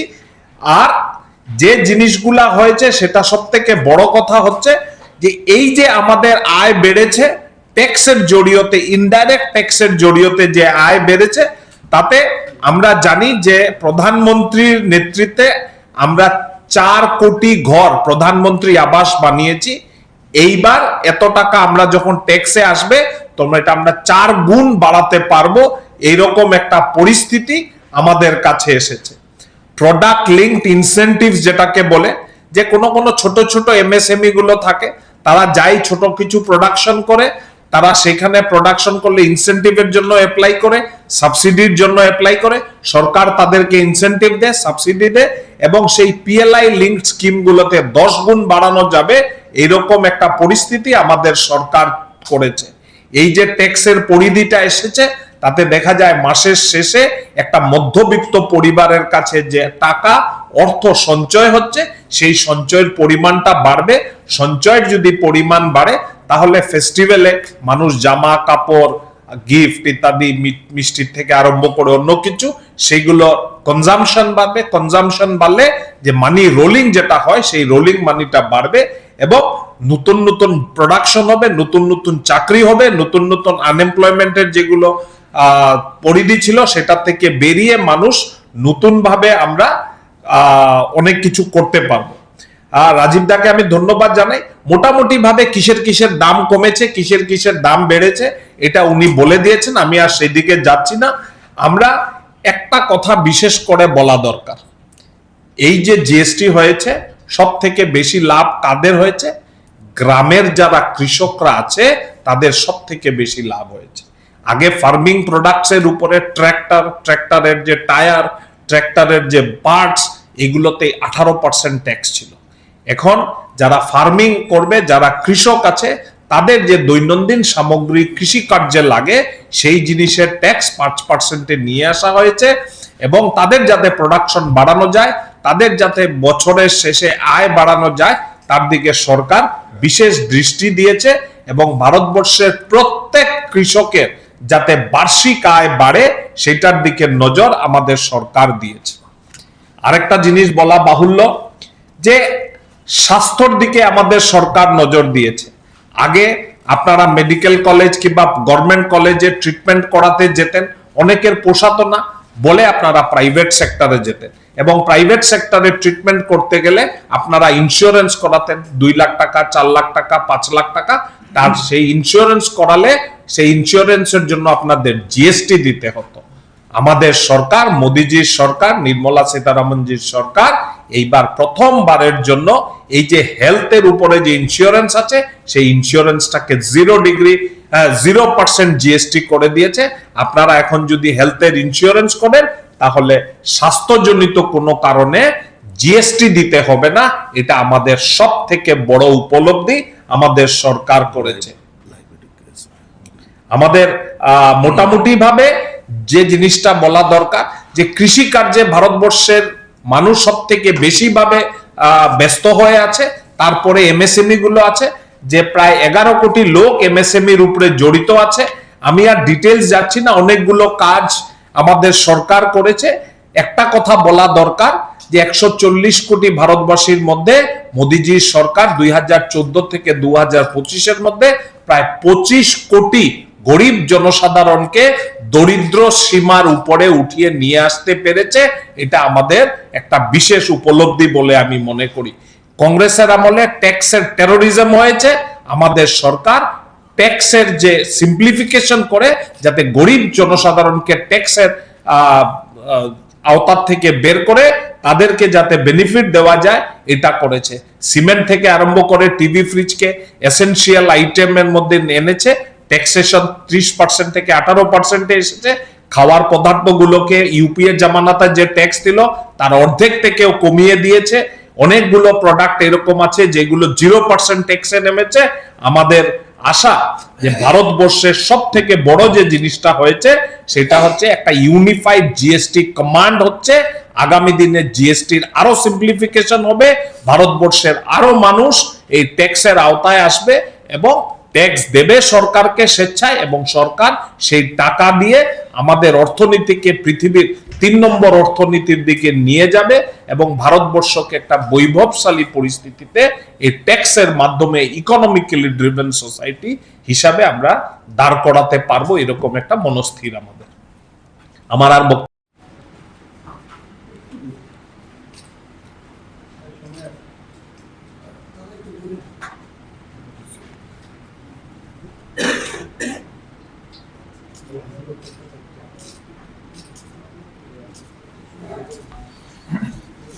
সবাইকে ধন্যবাদ, নমস্কার। আমরা ইতিমধ্যে সিদ্ধান্ত নিয়েছি যে আমরা এই যে কর মানে ট্যাক্স রিডিউস করা হয়েছে আগামী প্রজন্মের, তো আমরা দেশের যশস্বী প্রধানমন্ত্রীকে আমরা রিজলিউশন আমরা ধন্যবাদ জানিয়ে আমরা পত্র পাঠাবো। তার মধ্যে আজকে আমি এখান থেকে শুরুয়াত করছি। Resolution on reduction of GST rates on major item। তো মাননীয় প্রধানমন্ত্রীর উদ্দেশ্যে আমি এই সর্বপ্রথম যে রিজলিউশন ধন্যবাদ সূচক পত্র আমরা পাঠাবো, সেটা যে আমরা তার সিদ্ধান্ত নিয়েছি। আমি তার শুরুয়াত আমাদের পার্টির তরফ থেকে এমপি রাজ্যসভা নয়, প্রেসিডেন্ট অফ ভারতীয় জনতা পার্টি ত্রিপুরা প্রদেশের তরফ থেকে আমি পূর্ণ এই রেজলিউশনটা মাননীয় প্রধানমন্ত্রীর কাছে আমরা প্রেরণ করব। ম্যাচ ক্রিকেট যখন খেলা হয় আপনি গিয়ে বলবেন না যে ফার্স্ট ইনিংস না খেলে আপনি আগে সেকেন্ড ইনিংস ব্যাটিং করে নেবেন। তো আগে আপনার যে ইনিংসটা খেলবে ওটাকে ফার্স্ট ইনিংসই বলবে, ওটাকে সেকেন্ড ইনিংস বলবে না। তো জিএসটি কংগ্রেস আমলে 70-80 দশকে করার সুযোগ ছিল, কংগ্রেস সরকার কোনোদিন করেনি। 2014-তে আসার পরে 2017-তে আমরা জিএসটি করেছি এবং জিএসটি 2.0 আমরা 8 বছরে আসতে পেরেছি। আমাদের পারফরমেন্স আমরা ভালো বলে ভাবি এবং আপনারা কিছুদিনের মধ্যে আবার জিএসটি 3.0 দেখবেন। তো আপনি এটা বলতে পারবেন না যে আমি 8 বছরে আমরা লস হয়েছে, লস হয়নি। আপনার প্রশ্নটার ফ্রেমিং এর মধ্যে একটু আমার মনে হয় চেঞ্জ করা দরকার। আপনি একটা ধাপ না করে পরবর্তী ধাপে যেতে পারবেন না। সিম্পলিফিকেশন করার জন্য ভারতবর্ষে 30টা রাজ্য আছে, এই রাজ্যর পরিচালনা করার সরকার, কংগ্রেস, বিজেপি ছাড়াও আরো রিজনাল পার্টি আছে। সবাইকে এক প্ল্যাটফর্মে এনে সবাইকে ইউনানিমাস ডিসিশন নিয়ে আসা সময় সাপেক্ষ ব্যাপার। 8 বছরে এসেছে, আমার মনে হয় ভালো। আর আপনি নিশ্চয়ই জানেন যে 2.0 যে ডিসিশনটা হয়েছে ইট ওয়াজ এন ইউনানিমাস ডিসিশন। প্রত্যেক রাজ্যের প্রত্যেক দলের ফাইন্যান্স মিনিস্টার ভারতবর্ষের ফাইন্যান্স মিনিস্টার সঙ্গে এক ঐকমত পোষণ করে এই স্ল্যাবে এসেছে। নিশ্চয়ই না, নিশ্চয়ই না। যে কালকে মহামান্য আমাদের প্রধানমন্ত্রী মাতা ত্রিপুরেশ্বরী মন্দিরে পুজো দেবেন এবং নবরাত্রির উনার যে উপাসের যে প্রথম দিনের নবরাত্রির প্রথম রাত্রি উনি আমাদের ত্রিপুরা মাতার পাদদেশে এসে এখানে পুজো করবেন এবং আমাদের সঙ্গে কিছু সময় উনি কাটাবেন। আমরা পার্টির তরফ থেকে প্রধানমন্ত্রীকে শুভেচ্ছা জানাই এবং অভিনন্দন জানাই এবং আমরা সুস্বাগতম জানানোর জন্য আমরা অধীর অপেক্ষায় আছি। ধন্যবাদ। দেখুন, আপনি প্রশ্ন করেছেন যে আমাদের হেজামারাতে আমাদের একজন কার্যকর্তা মঙ্গলদেব বর্মা গুরুতর আহত হয়েছে। আমরা খোঁজখবর নেওয়া হয়েছে, খোঁজখবর নিচ্ছি, জিবি হাসপাতালে আছেন। কিছুক্ষণ পর আমি আমার প্রভারী এবং আমাদের সংগঠন মন্ত্রীও ত্রিপুরা রাজ্যে আছেন, উনি মাতা ত্রিপুরেশ্বরী মন্দিরে উনি গেছেন আমাদের কার্যক্রমকে দেখার জন্য। উনি ফিরে আসলেই আমরা জিবি হাসপাতালে যাব। ইতিমধ্যে আমার সঙ্গে আলাপ আলোচনা হয়েছে, মাননীয় মুখ্যমন্ত্রীর সঙ্গে আলোচনা হয়েছে। যেই হোক এটা রেহাই করা হবে। তার আগেও আপনারা দেখেছেন মাননীয় মুখ্যমন্ত্রী স্পষ্ট ভাষায় বলে দিয়েছে যে আমরা এই ত্রিপুরা রাজ্যে আমরা শান্তি শৃঙ্খলা এবং সবচেয়ে বেশি প্রায়োরিটি যেটা আমাদের ল অ্যান্ড অর্ডার, সেটাকে নিয়ন্ত্রণ রেখে আমাদের সরকার কাজ করে চলছে। এর মধ্যে যারা এই কর্মের সঙ্গে জড়িত তাদের কাউকেই ছাড়া হবে না, সে যে কেউ হতে পারে, এবং তাদেরকে উপযুক্ত শাস্তির ব্যবস্থা ইতিমধ্যে করা হবে। মাননীয় মুখ্যমন্ত্রীর সঙ্গে আমার ব্যক্তিগতভাবে সেখানে আলাপ আলোচনা হয়েছে। মঙ্গলবাবু সরাসরি তীব্রতা কর্মীদের বিরুদ্ধে অভিযোগ করেছেন নাম দাম দিয়ে, সেই বিষয়টা কি বলবেন? নিশ্চয়ই এফআইআর হবে এবং কাউকে, আমি তো বলছি যে কাউকে রেহাই করা হবে না, সে যে কেউ হোক, যে কোনো রাজনৈতিক দলের হতে পারে।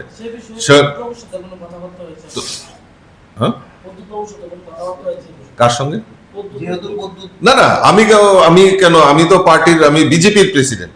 আমার কর্মী আহত হয়েছে, আমার কর্মী আক্রান্ত হয়েছে, আমি অন্য কারোর সঙ্গে কেন কথা বলবো? আমি আমার রাজ্যের প্রশাসন রয়েছে, আমার মাননীয় মুখ্যমন্ত্রী রয়েছে, মুখ্যমন্ত্রীর কাছে আমার সঙ্গে কথা হয়েছে। এটা তো পরের কথা, এটা পরের কথা।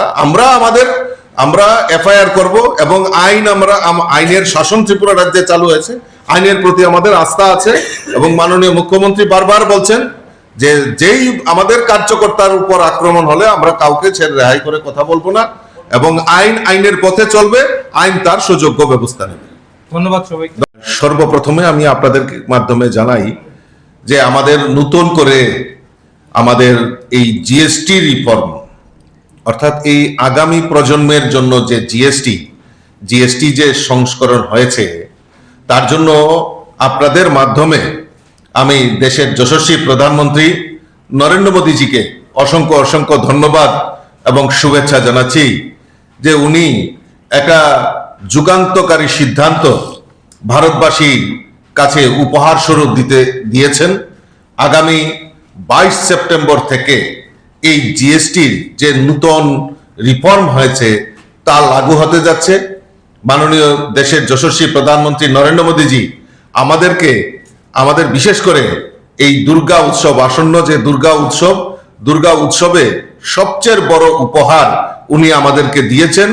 আমি ত্রিপুরা প্রদেশ বিজেপির তরফ থেকে ওনাকে অসংখ্য অসংখ্য এবং রাজ্যবাসীর তরফ থেকে অসংখ্য অসংখ্য ধন্যবাদ জানাচ্ছি।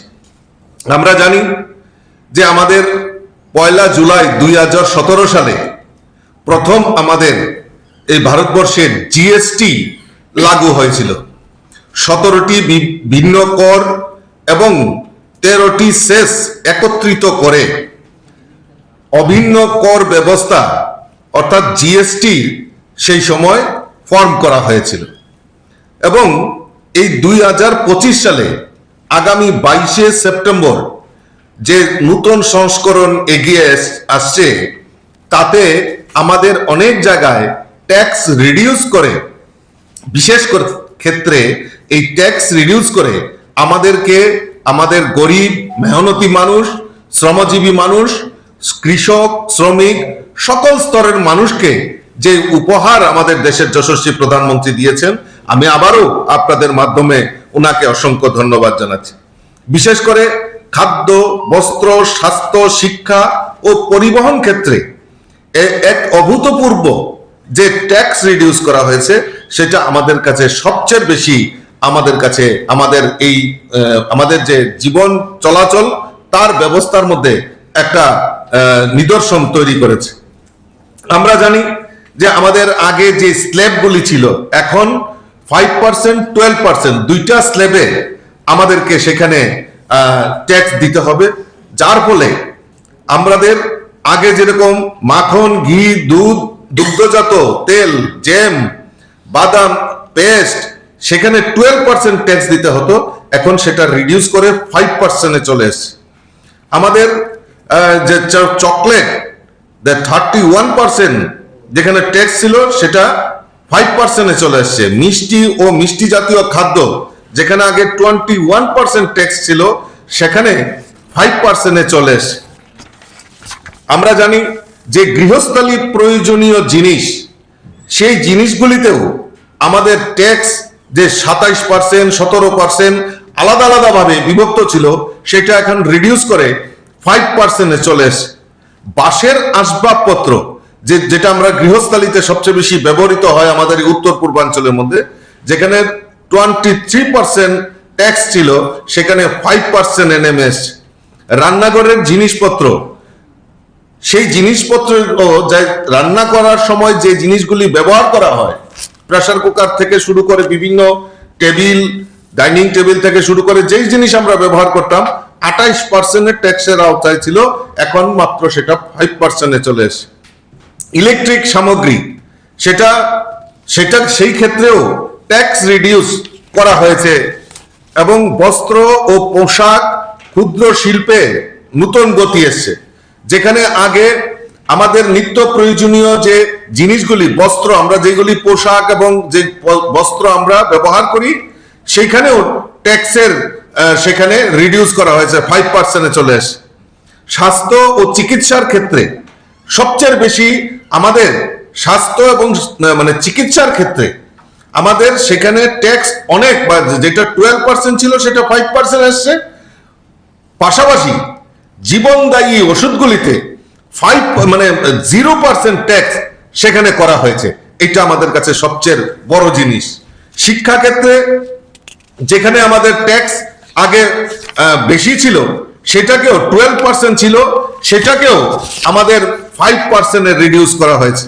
খেলাধুলার সামগ্রী, বিনোদনের সামগ্রী, সেই ক্ষেত্রেও ট্যাক্স রিডিউস করা হয়েছে। যানবাহন চলাচল যাতে সহজ আরো করা যায়, তার জন্য সেখানে ট্যাক্সের আমরা দেখেছি রিডিউস করা হয়েছে। শিল্প, হস্তশিল্প ও সংস্কৃতি শিল্পীদের ব্যবহৃত সামগ্রী সেখানে ট্যাক্স রিডিউস করা হয়েছে।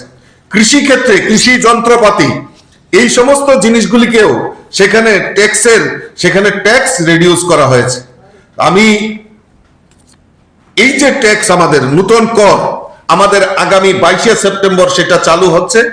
আমরা ভারতীয় জনতা পার্টি সিদ্ধান্ত নিয়েছি এই যে নতুন ট্যাক্স এবং মানুষের জন্য যে কত উপযোগী হয়েছে, এবং তার জন্য আমাদের ভারতবর্ষে যারা গরিব অংশের মানুষ, মধ্যবিত্ত পরিবার, আমাদের কৃষক, শ্রমিক, সরকারি কর্মচারী, সমাজের প্রত্যেকটা অংশের মানুষ তার লাভ নিতে পারবে। এবং এই ঐতিহাসিক সিদ্ধান্ত নেওয়ার জন্য আমি আবারও আপনাদের মাধ্যমে ত্রিপুরাবাসীর পক্ষ থেকে আমি অনেক অনেক শুভেচ্ছা আমাদের দেশের প্রধানমন্ত্রীকে জানাচ্ছি। এবং এই ট্যাক্স যে রিডিউস হয়েছে তার জন্য আমরা বিভিন্নভাবে আমরা প্রচার প্রসার অভিযান আমরা সংগঠিত করব, সেই সংকল্প নিয়েছি। আর ইতিমধ্যে জানেন যে আমাদের ত্রিপুরাবাসী হিসাবে আমরা গর্ববোধ করি যে আগামীকালকে আমাদের দেশের যশস্বী প্রধানমন্ত্রী 22শে সেপ্টেম্বর উনি ত্রিপুরা রাজ্য সফরে আসছেন। ইতিমধ্যেই আমাদের মাতা ত্রিপুরেশ্বরী মন্দির, ওইখানে উনি পূজা দেবেন মাতা ত্রিপুরেশ্বরী মন্দিরে, এবং নতুন রূপে প্রসাদ প্রকল্পে আমাদের মাতা ত্রিপুরেশ্বরী মন্দিরকে রিনোভেশন করা হয়েছে। তারও দ্বার উদ্ঘাটন আমাদের দেশের প্রধানমন্ত্রী করবেন আমি সমস্ত রাজ্যবাসীর তরফ থেকে ভারতীয় জনতা পার্টির ত্রিপুরা প্রদেশ কমিটির পক্ষ থেকে উনাকে স্বাগত জানাচ্ছি, অনেক অনেক শুভেচ্ছা জানাচ্ছি, অভিনন্দন জানাচ্ছি। কারণ আমাদের এত বড়, আমাদের ঐতিহাসিক সিদ্ধান্ত, প্রধানমন্ত্রী এত উপহার আমাদেরকে দিয়েছেন, আর তৎসঙ্গে ত্রিপুরাতে এসে উনি সেটা আরো বেশি আমাদের কাছে গর্বের বিষয় হয়ে গেছেন, আনন্দের বিষয় হয়ে গেছেন। আমরা উনাকে স্বাগত জানার জন্য আমরা প্রস্তুত রয়েছি। আমরা উনাকে এই ত্রিপুরার সুন্দরী পূর্ণভূমিতে আমি উনাকে স্বাগত জানাচ্ছি, অভিনন্দন জানাচ্ছি। আমাদের মাননীয় যিনি প্রভারী, উপস্থিত সকল সাংবাদিক বন্ধুদের আজকের এই সাংবাদিক সম্মেলনে স্বাগত জানাই। আজকের এই সাংবাদিক সম্মেলনে উপস্থিত আছেন প্রদেশ সভাপতি তথা রাজ্যসভা মাননীয় সাংসদ শ্রী রাজীব ভট্টাচার্য মহোদয়। উপস্থিত আছেন আমাদের প্রভারী তথা প্রাক্তন সাংসদ ডক্টর রাজদীপ রায় মহোদয়। উপস্থিত আছেন ইন্টেলেকচুয়াল সেলের কনভেনার ডক্টর জওহরলাল সাহা মহোদয়। আজকের এই সাংবাদিক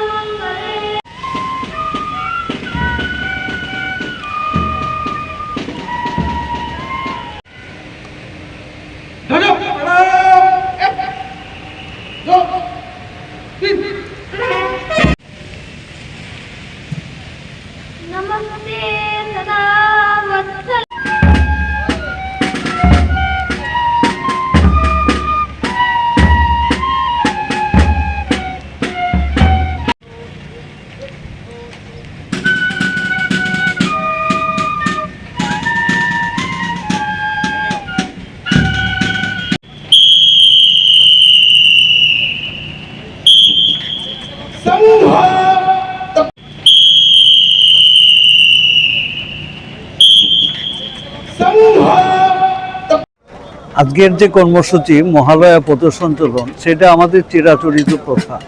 আমরা প্রত্যেক বছর এই মহালয়াতে সঞ্চালন করে থাকি। এর ব্যতিক্রম এই বছর না, এই একই পদ্ধতিতে আমরা আমাদের পথসঞ্চলন করছি। মেসেজটা কি দিচ্ছে? মেসেজ, আমরা সমাজে পরিবর্তন চাই। পঞ্চ পরিবর্তনের মাধ্যমে সমাজে পরিবর্তন আসুক, রাজ্য রাষ্ট্র গঠিত হোক, সবাই সুশৃঙ্খলভাবে চলুক, এর অধীনে সবাই চলুক, পরিবেশ রক্ষা করুক, নাগরিক শিষ্টাচার সবাই মেনে চলুক, এবং এইভাবেই সমাজ পরিবর্তন হবে। আর এই সমাজ পরিবর্তনটাই আমরা চাচ্ছি।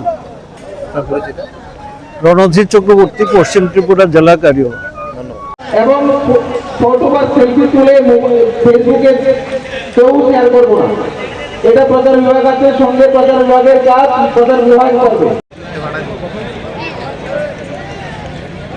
আমরা চকলেট খাচ্ছি, চকলেটের যে খোসাগুলো আমরা পকেটে নিয়ে নেব, মাঠের মধ্যে ফেলবো না, মাঠ নোংরা করবো না।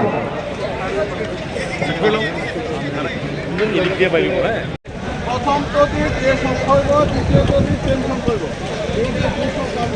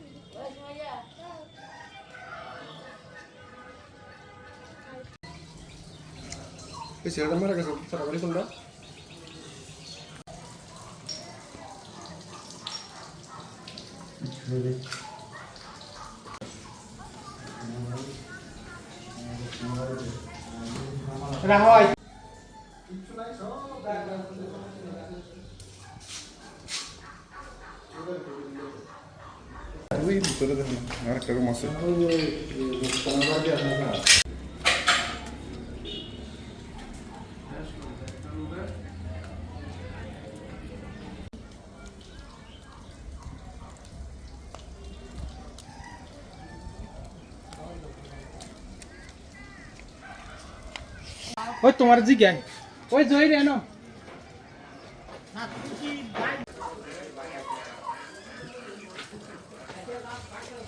তুই অপরাধ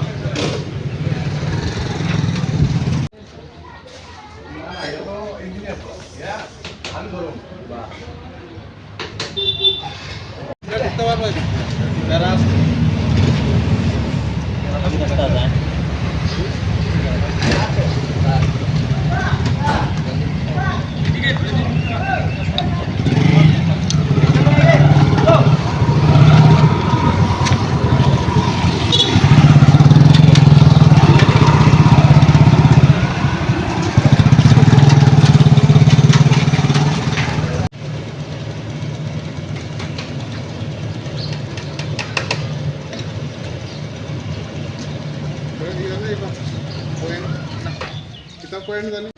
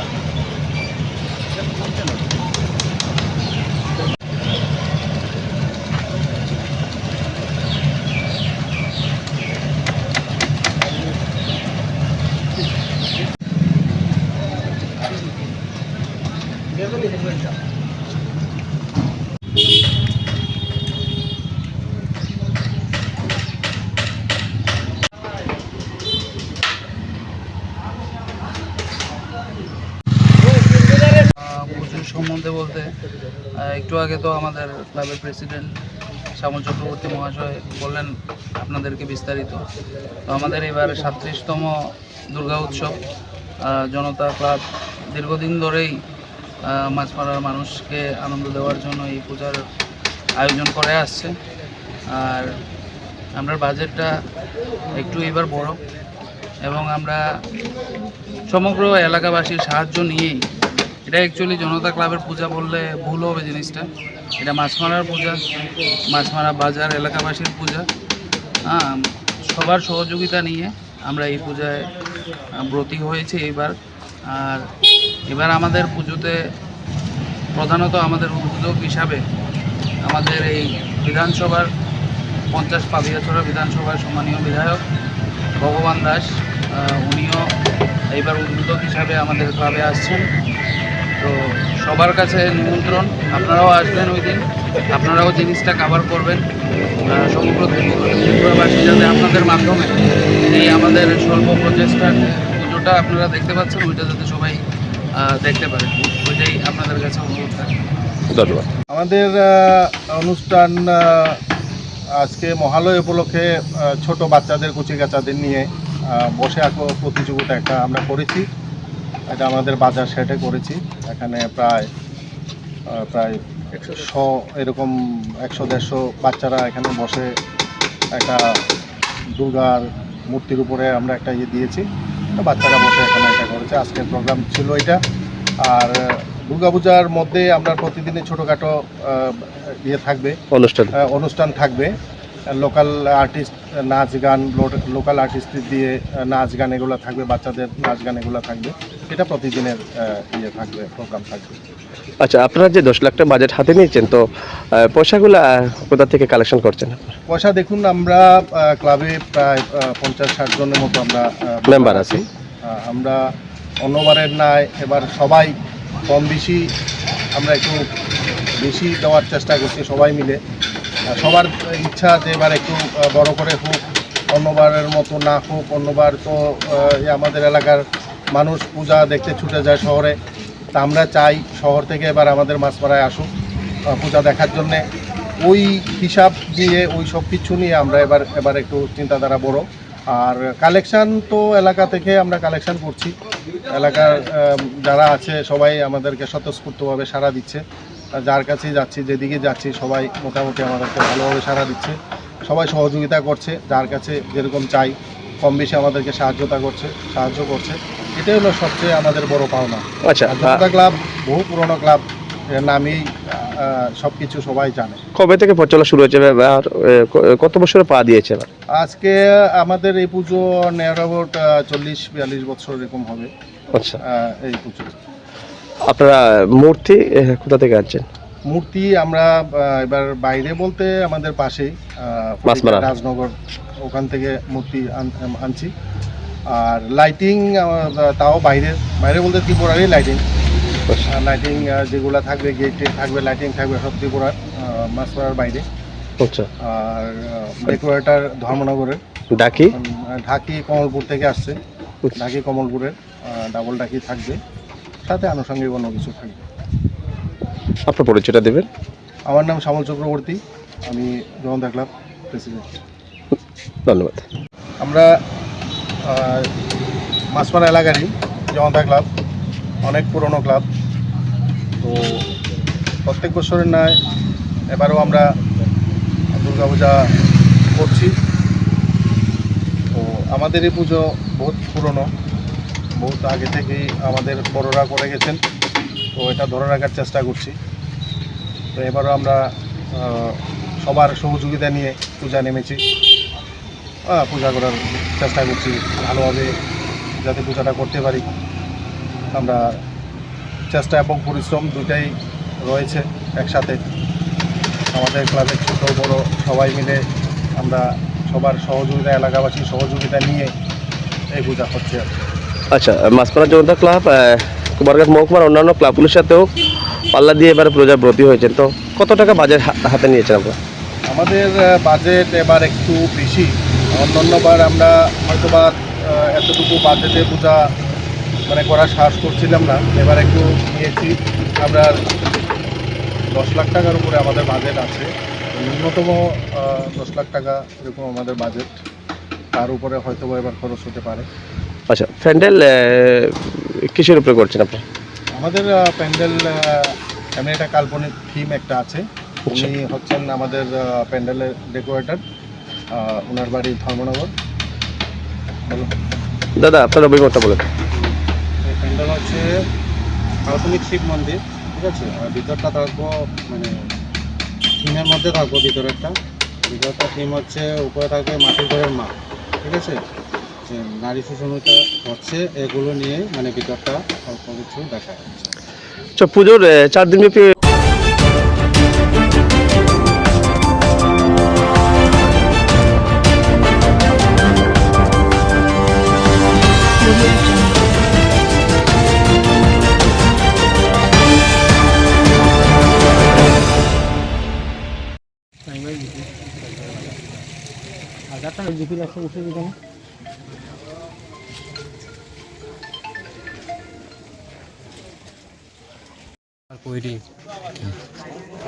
আমার দোকানে তো কীভাবে আগুন লেগেছে এটা তো বলতে পারবো না। আসার পরে দেখলাম পুরো দোকানে জ্বলে শেষ, তারা খোলার সময় পাইলাম না। এটা কোন জায়গায়? এই জায়গাটার নাম কি? আচ্ছা আচ্ছা, আপনার কত টাকা ক্ষয়ক্ষতি হতে পারে? প্রায় 4 থেকে 5 লক্ষ টাকা মাল ছিল। আচ্ছা, কটার দিকে আগুন লেগেছিল? প্রায় সম্ভাবনা 2টার সময়, কারণ আমি আসলাম 3টার সময়। এখন কি চাইছেন আপনারা? হ্যাঁ, কি চাইছেন? চাইছি কি আর সরকারের দিক থেকে যা সাহায্য পাই, যখন তো 4-5 লক্ষ টাকার মাল জ্বলেছে। ও ফায়ার ব্রিগেড এসেছিল? হ্যাঁ হ্যাঁ, এসেছিল অনেক পরে। আচ্ছা আচ্ছা, অনেক পরে, 40-45 মিনিট পরে।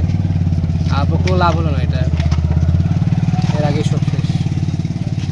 আর দোকানের মালিক রিয়াজউদ্দিন, রাত্রে প্রায় 2টার পরে আগুন লাগছে। আমরা যখন শুনছি আগুনের সব মানে এখান থেকে আমার চিৎকার যখন দেওয়া শুরু করছে, তখন আমরা বাসার থেকে ঘুমন্ত অবস্থা দৌড়িয়ে আইছি সোজা করিয়া। আমার দেখছি আগুন একদম ধাউ ধাউ করে। আপনার বাসা কোন জায়গায়? আমার বাসা পেরাছড়া বাগানে। আমার বাজারের দোকানও আছে আমার। কিন্তু আগুন শব্দ শুনিয়া, আগুন যখন মানুষ চিৎকার দেওয়া শুরু করছে, তখন দৌড়িয়ে আইছি। আইয়া দেখছি আগুন মানে আমরা কন্ট্রোলের বাইরে গেছে গিয়া। সঙ্গে সঙ্গে ফায়ার সার্ভিসে ফোন করতে, ফায়ার সার্ভিসও আইসে। আমরা জিজ্ঞেসি লেট হয়েছে, লেটের কারণ হইল রাস্তার কারণ খুব বেহাল অবস্থা। রাস্তার কারণে ফায়ার সার্ভিস আইতে দেরি হয়েছে। যদি ধরো 10 মিনিট আগে আইতো কয়েকটা দোকানে বাঁচানো গেল না, কিন্তু আগুন তো 10 মিনিটে আগুন কতখান জায়গা দৌড়াইতে পারে বুঝতে পারতেছেন। যাই হোক, রাস্তার কারণে তারা কইছে রাস্তার কারণে আমরা আইতে দেরি হয়েছে, আমরা মাফ করেন, কিচ্ছু করার নাই আমরা। যাই হোক, আইয়া পঞ্চায়েত অফিস বাঁচাইছে, কিন্তু 6-7টা দোকান পুরা ড্যামেজ, কিচ্ছু করা গেছে না। আর কিছু দোকানে মাল বাড়ি করা হয়েছে, এই দোকানগুলোতে মাল অর্ধেক মাল তো ছিটাইয়ে বিটাইয়ে ফালানি হয়েছে একদম। আমার দোকান আছে, এখানে আছে কমলাকান্ত, আমি আমার দোকান কমলাকান্ত দোকান, একদম মাল ড্যামেজ। বিনামূল্য দোকানে মাল বাড়ি করছে, এটা ড্যামেজ হয়ে গেছে। আর 4-5টা দোকানে যে নতুন নতুন ফ্রিজ আনিয়ে রাখছিল এই পূজার সময়, তারা ব্যস্ত। ধরেন 5 লাখ, 4 লাখ, এইভাবে তারা দোকানে দেখলাম পুঞ্জি আনছে। কারণ গত দিনই দেখলাম আমি একটা দোকানে চাউল আন ঢুকাইছে প্রায় 60 থেকে 70 বস্তা চাউল। তারপরে গোখাদ্য যে একটা কালা গুড় আছে এটাও প্রায় 100 টিনের মতো আনছে, কারণ এখানে গুড়ের সাথে ওই গরুরে মানে মিক্সড করে খাওয়ানি হয়, যার কারণে প্রচুর টাকা ক্ষতি হয়েছে। এটা আমরা সরকারের কাছে বা সরকারের কাছে আমাদের অনুরোধ, যাতে এই এরিয়াতে যারা ক্ষতি হয়েছে তারা যেন ক্ষতিপূরণটা পায় আর কি।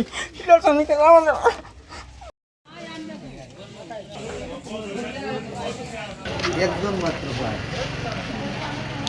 দামটা দিলে তাই না আসলেই বিষয়টা মালিক অনেক করে আইছে তো বিষয়টা রেকর্ডিং করে লেগে গেল দামটা দিলে তাই না আসলেই বিষয়টা মালিক অনেক করে আইছে তো বিষয়টা রেকর্ডিং করে লেগে গেল।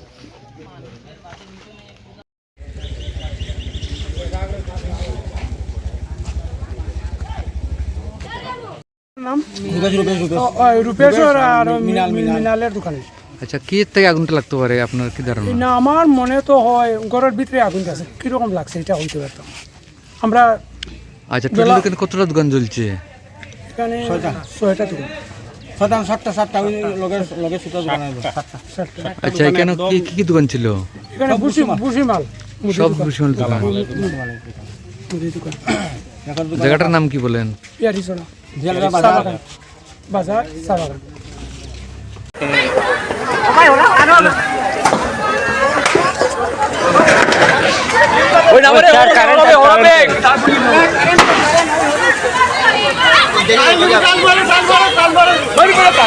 মারো যদি লাইন থাকবো তো মার তুই আর মারো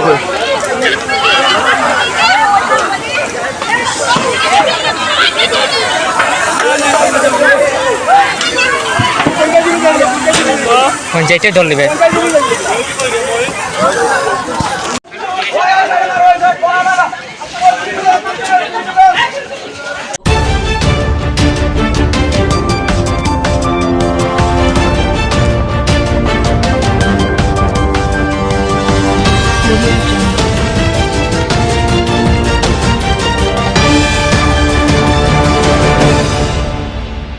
প্রেক্ষাপট তৈরি করে দিয়েছে।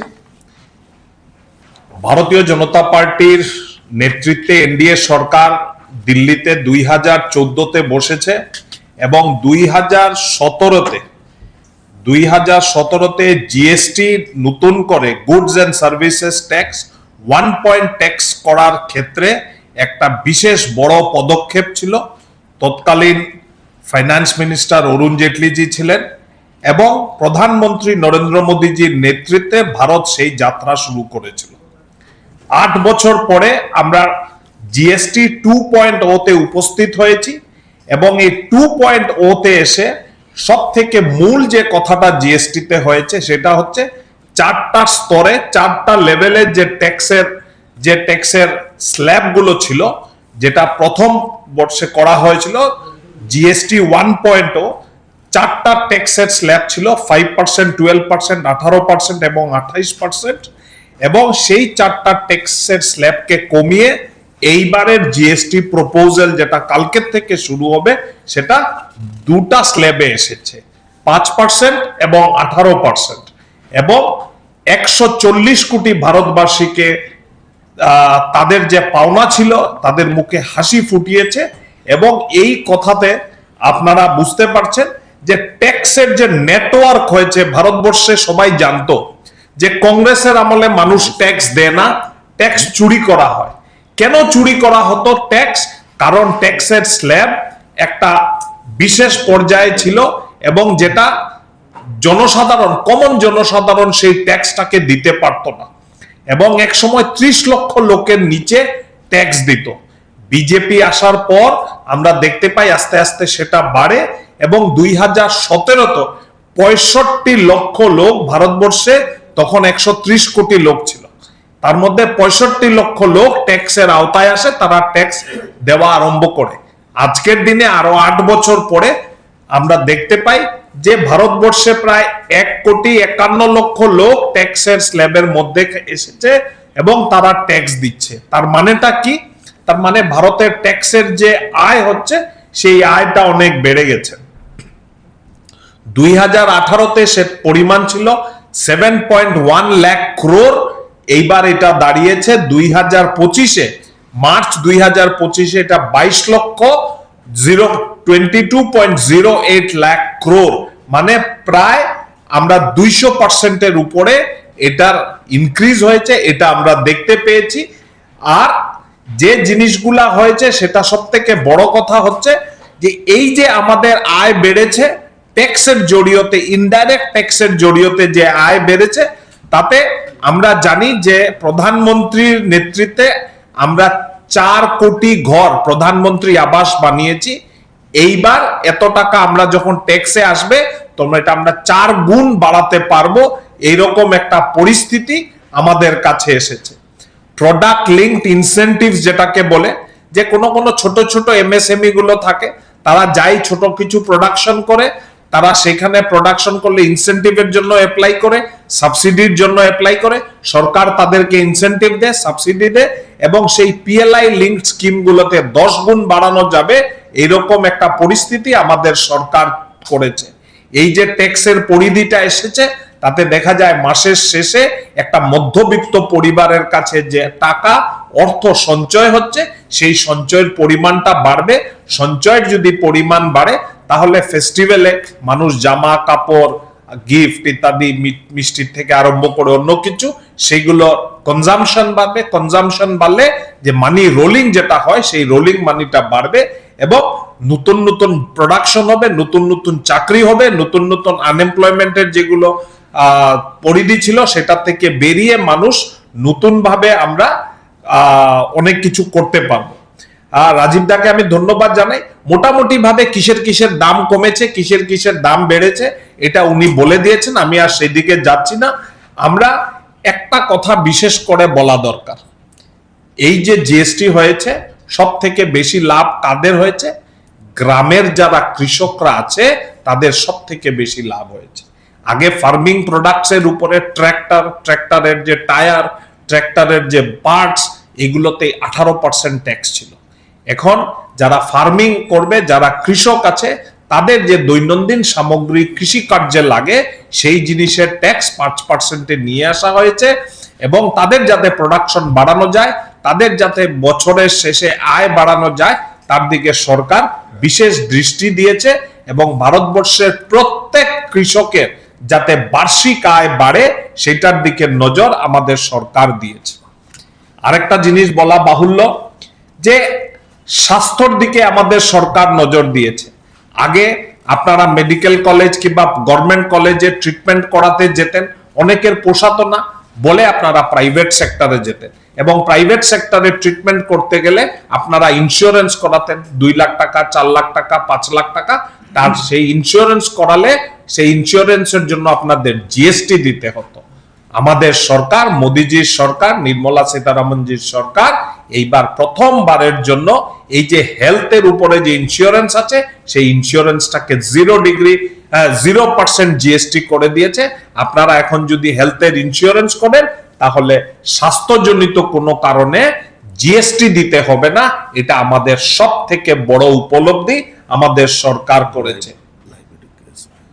আমাদের মোটামুটি ভাবে যে জিনিসটা বলা দরকার, যে কৃষি কার্যে ভারতবর্ষের মানুষ সব থেকে বেশি ভাবে ব্যস্ত হয়ে আছে, তারপরে এমএসএমই গুলো আছে, যে প্রায় 11 কোটি লোক এমএসএমইর উপরে জড়িত আছে। আমি আর ডিটেলস যাচ্ছি না, অনেকগুলো কাজ আমাদের সরকার করেছে।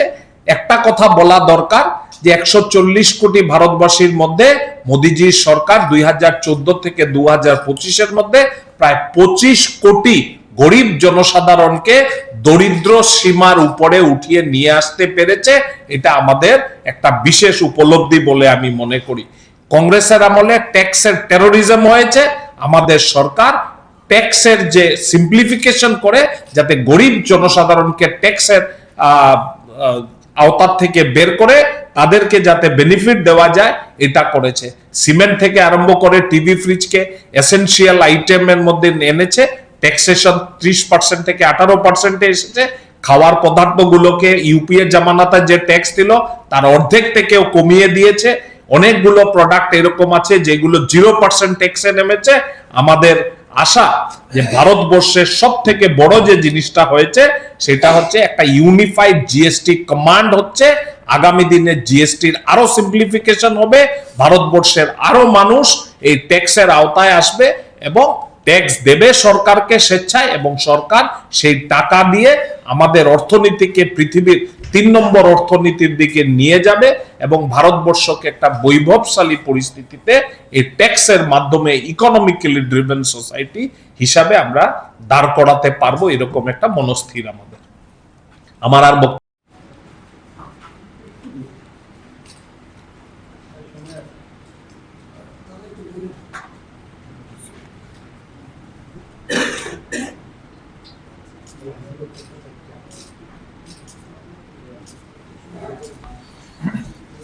সবাইকে ধন্যবাদ, নমস্কার।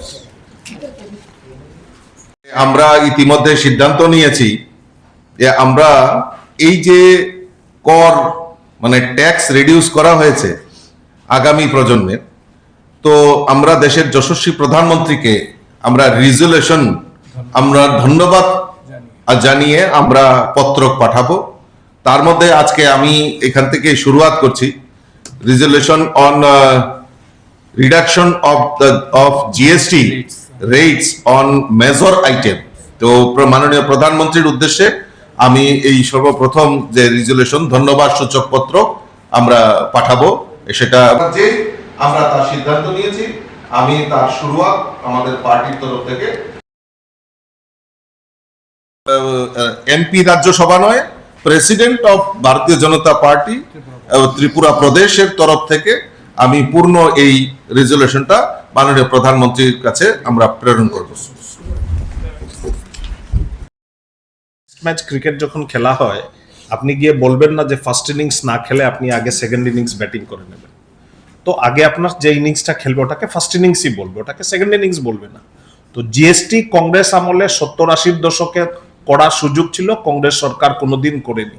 2014-তে আসার পরে 2017-তে আমরা জিএসটি করেছি এবং জিএসটি 2.0 আমরা 8 বছরে আসতে পেরেছি। আমাদের পারফরমেন্স আমরা ভালো বলে ভাবি এবং আপনারা কিছুদিনের মধ্যে আবার জিএসটি 3.0 দেখবেন।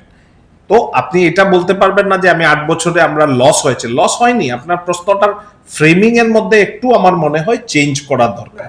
আপনি একটা ধাপ না করে পরবর্তী ধাপে যেতে পারবেন না। সিম্পলিফিকেশন করার জন্য ভারতবর্ষে 30টা রাজ্য আছে, এই রাজ্যর পরিচালনা করার সরকার, কংগ্রেস, বিজেপি ছাড়াও আরো রিজনাল পার্টি আছে। সবাইকে এক প্ল্যাটফর্মে এনে সবাইকে ইউনানিমাস ডিসিশন নিয়ে আসা সময় সাপেক্ষ ব্যাপার। 8 বছরে এসেছে, আমার মনে হয় ভালো। আর আপনি নিশ্চয়ই জানেন যে 2.0 যে ডিসিশনটা হয়েছে, ইট ওয়াজ এন ইউনানিমাস ডিসিশন। প্রত্যেক রাজ্যের প্রত্যেক দলের ফাইন্যান্স মিনিস্টার ভারতবর্ষের ফাইন্যান্স মিনিস্টার সঙ্গে এক ঐকমত পোষণ করে এই স্ল্যাবে এসেছে। নিশ্চয়ই না, নিশ্চয়ই না। যে কালকে মহামান্য আমাদের প্রধানমন্ত্রী মাতা ত্রিপুরেশ্বরী মন্দিরে পুজো দেবেন এবং নবরাত্রির উনার যে উপাসের যে প্রথম দিনের নবরাত্রির প্রথম রাত্রি উনি আমাদের ত্রিপুরা মাতার পাদদেশে এসে এখানে পুজো করবেন এবং আমাদের সঙ্গে কিছু সময় উনি কাটাবেন। আমরা পার্টির তরফ থেকে প্রধানমন্ত্রীকে শুভেচ্ছা জানাই এবং অভিনন্দন জানাই এবং আমরা সুস্বাগতম জানানোর জন্য আমরা অধীর অপেক্ষায় আছি। ধন্যবাদ। দেখুন, আপনি প্রশ্ন করেছেন যে আমাদের হেজামারাতে আমাদের একজন কার্যকর্তা মঙ্গলদেব বর্মা গুরুতর আহত হয়েছে। আমরা খোঁজখবর নেওয়া হয়েছে, খোঁজখবর নিচ্ছি, জিবি হাসপাতালে আছেন। কিছুক্ষণ পর আমি আমার প্রভারী এবং আমাদের সংগঠন মন্ত্রী ত্রিপুরা রাজ্যে আছেন, উনি মাতা ত্রিপুরেশ্বরী মন্দিরে উনি গেছেন আমাদের কার্যক্রমকে দেখার জন্য। উনি ফিরে আসলেই আমরা জিবি হাসপাতালে যাব। ইতিমধ্যে আমার সঙ্গে আলাপ আলোচনা হয়েছে, মাননীয় মুখ্যমন্ত্রীর সঙ্গে আলোচনা হয়েছে, যেই হোক এটা রেহাই করা হবে। তার আগেও আপনারা দেখেছেন মাননীয় মুখ্যমন্ত্রী স্পষ্ট ভাষায় বলে দিয়েছে যে আমরা এই ত্রিপুরা রাজ্যে আমরা শান্তি শৃঙ্খলা এবং সবচেয়ে বেশি প্রায়োরিটি যেটা আমাদের আমাদের ল অ্যান্ড অর্ডার, সেটাকে নিয়ন্ত্রণ রেখে আমাদের সরকার কাজ করে চলছে। এর মধ্যে যারা এই কর্মের সঙ্গে জড়িত তাদের কাউকেই ছাড়া হবে না, সে যে কেউ হতে পারে, এবং তাদেরকে উপযুক্ত শাস্তির ব্যবস্থা ইতিমধ্যে করা হবে। মাননীয় মুখ্যমন্ত্রীর সঙ্গে আমার ব্যক্তিগতভাবে সেখানে আলাপ আলোচনা হয়েছে। মঙ্গলবাবু সরাসরি তীব্রতা কর্মীদের বিরুদ্ধে অভিযোগ করেছেন নাম দাম দিয়ে, সেই বিষয়টা কি বলবেন? নিশ্চয়ই এফআইআর হবে, এবং কাউকে, আমি তো বলছি যে কাউকেই রেহাই করা হবে না, সে যে কেউ হোক, যে কোনো রাজনৈতিক দলের হতে পারে। হ্যাঁ, কার সঙ্গে? না না, আমি কেন, আমি তো পার্টির, আমি বিজেপির প্রেসিডেন্ট। আমার কর্মী আহত হয়েছে, আমার কর্মী আক্রান্ত হয়েছে, আমি অন্য কারোর সঙ্গে কেন কথা বলবো? আমি, আমার রাজ্যের প্রশাসন রয়েছে, আমার মাননীয় মুখ্যমন্ত্রী রয়েছে, মুখ্যমন্ত্রীর কাছে আমার সঙ্গে কথা হয়েছে। এটা তো পরের কথা, এটা পরের কথা। আমরা এফআইআর করব, এবং আইনের শাসন ত্রিপুরা রাজ্যে চালু হয়েছে, আইনের প্রতি আমাদের আস্থা আছে, এবং মাননীয় মুখ্যমন্ত্রী বারবার বলছেন যে যেই আমাদের কার্যকর্তার উপর আক্রমণ হলে আমরা কাউকে ছেড়ে রেহাই করে কথা বলবো না, এবং আইনের পথে চলবে, আইন তার সুযোগ্য ব্যবস্থা নেবে। ধন্যবাদ সবাইকে।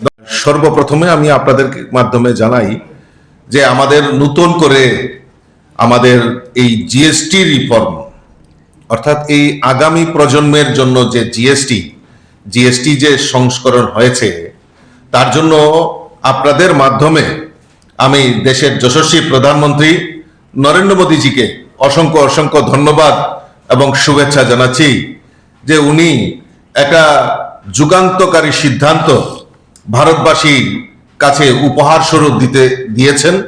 আগামী 22 সেপ্টেম্বর থেকে এই জিএসটির যে নতুন রিফর্ম হয়েছে তা লাগু হতে যাচ্ছে। মাননীয় দেশের যশস্বী প্রধানমন্ত্রী নরেন্দ্র মোদীজি আমাদের বিশেষ করে এই দুর্গা উৎসব, আসন্ন যে দুর্গা উৎসবে সবচেয়ে বড় উপহার উনি আমাদেরকে দিয়েছেন। আমি ত্রিপুরা প্রদেশ বিজেপির তরফ থেকে উনাকে অসংখ্য অসংখ্য এবং রাজ্যবাসীর তরফ থেকে অসংখ্য অসংখ্য ধন্যবাদ জানাচ্ছি।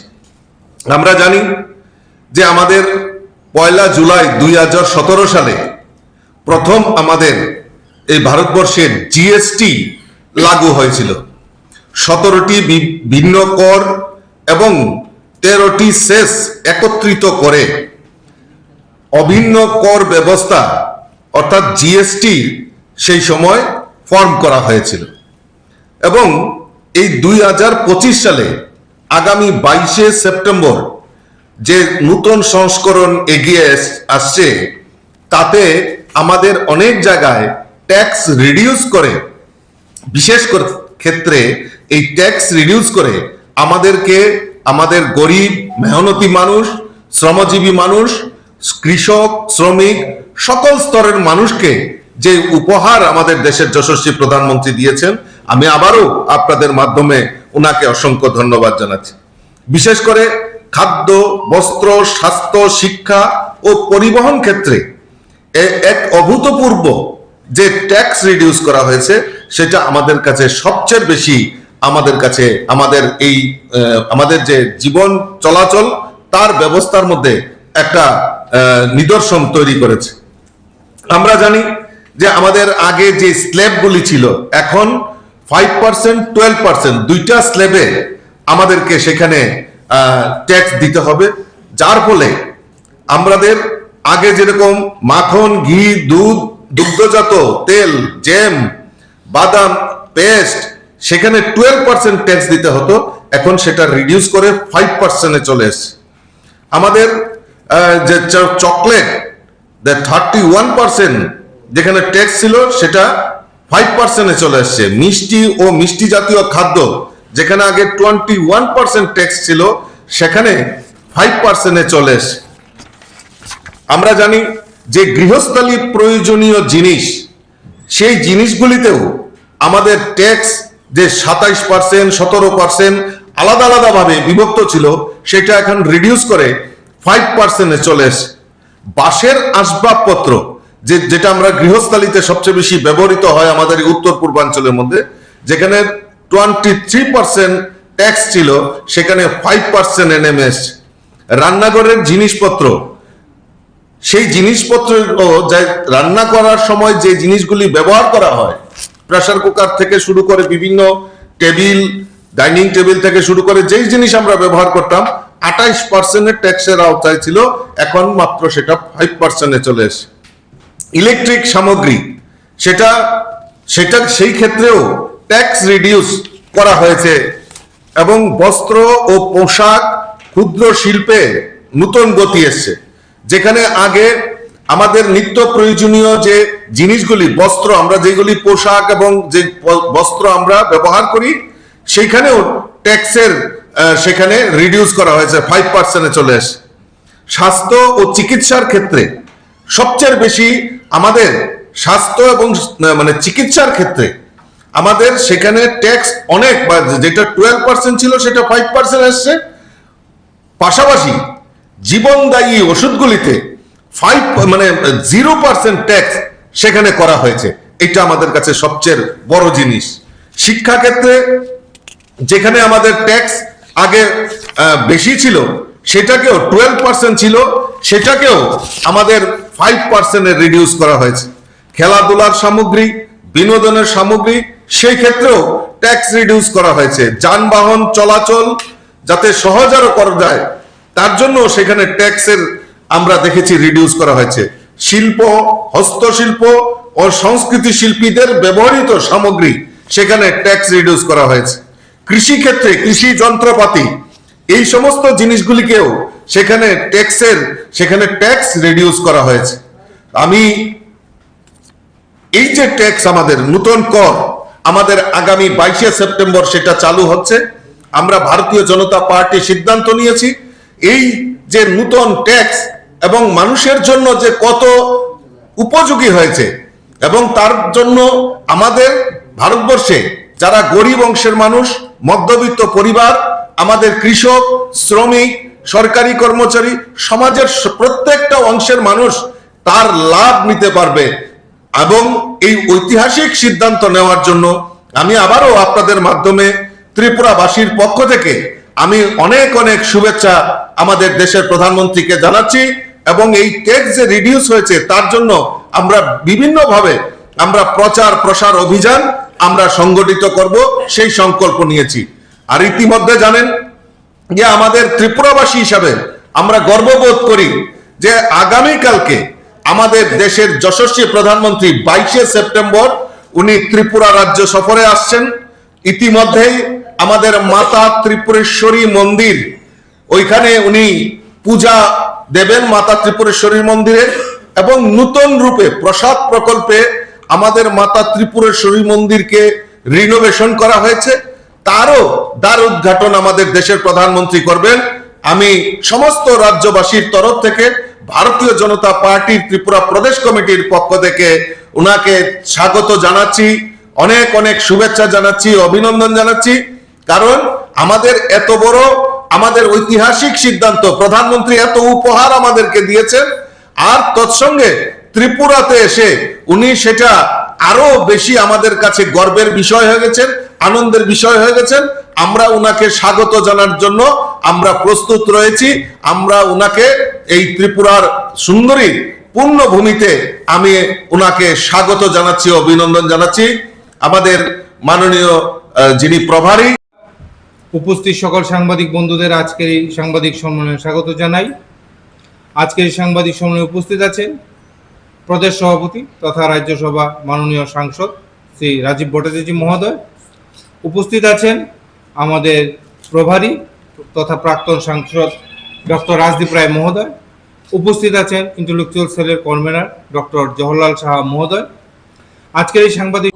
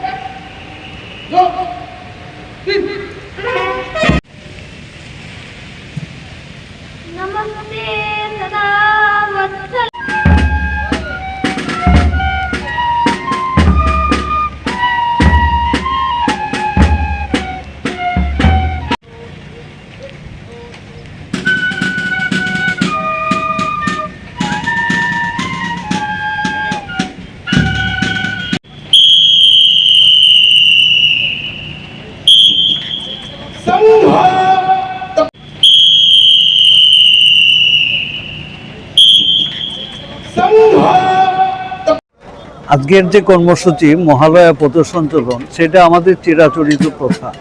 আমরা প্রত্যেক বছর এই মহালয়াতে সঞ্চালন করে থাকি। এর ব্যতিক্রম এই বছর না, এই একই পদ্ধতিতে আমরা আমাদের পথসঞ্চলন করছি। মেসেজটা কি দিচ্ছে? মেসেজ, আমরা সমাজে পরিবর্তন চাই। পঞ্চ পরিবর্তনের মাধ্যমে সমাজে পরিবর্তন আসুক, রাজ্য রাষ্ট্র গঠিত হোক, সবাই সুশৃঙ্খলভাবে চলুক, এর অধীনে সবাই চলুক, পরিবেশ রক্ষা করুক, নাগরিক শিষ্টাচার সবাই মেনে চলুক, এবং এইভাবেই সমাজ পরিবর্তন হবে। আর এই সমাজ পরিবর্তনটাই আমরা চাচ্ছি। রণধীর চক্রবর্তী, পশ্চিম ত্রিপুরা জেলা কার্যালয়। এবং ফটো বা সেলফি তুলে ফেসবুকে কেউ শেয়ার করবো না। এটা প্রচার বিভাগ আছে, সঙ্গে প্রচার বিভাগের কাজ প্রচার বিভাগ করবে। আমরা চকলেট পাচ্ছি, চকলেটের যে খোসাগুলো আমরা পকেটে নিয়ে নেব, মাঠের মধ্যে ফেলবো না, মাঠ নোংরা করবো না।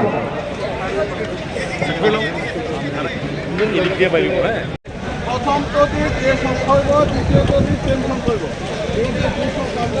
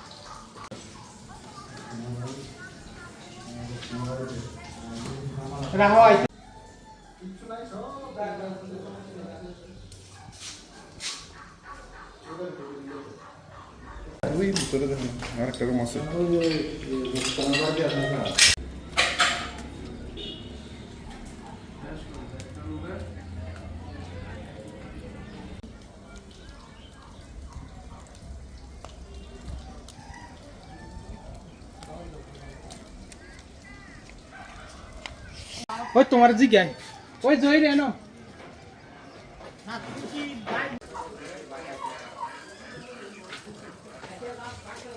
তুই অপরা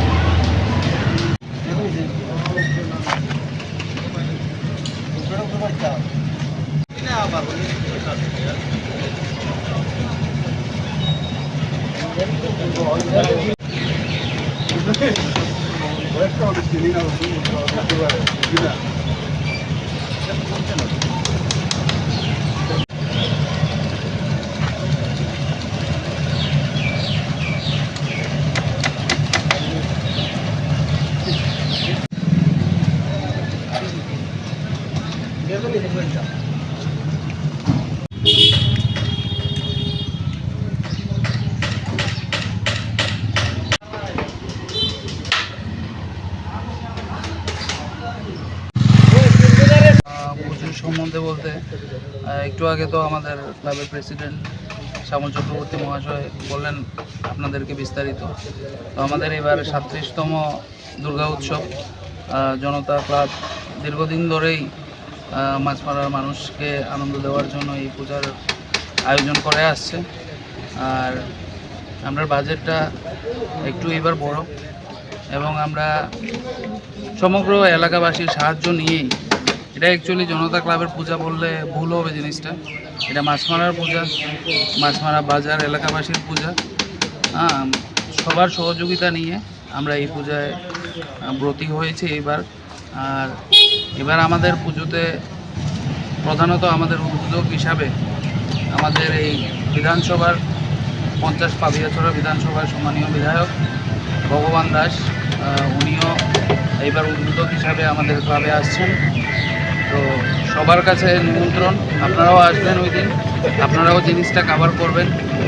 সমগ্র ত্রিপুরাবাসী যাতে আপনাদের মাধ্যমে এই আমাদের স্বল্প প্রচেষ্টার পুজোটা আপনারা দেখতে পাচ্ছেন, ওইটা যাতে সবাই দেখতে পারেন, ওইটাই আপনাদের কাছে অনুরোধ থাকে।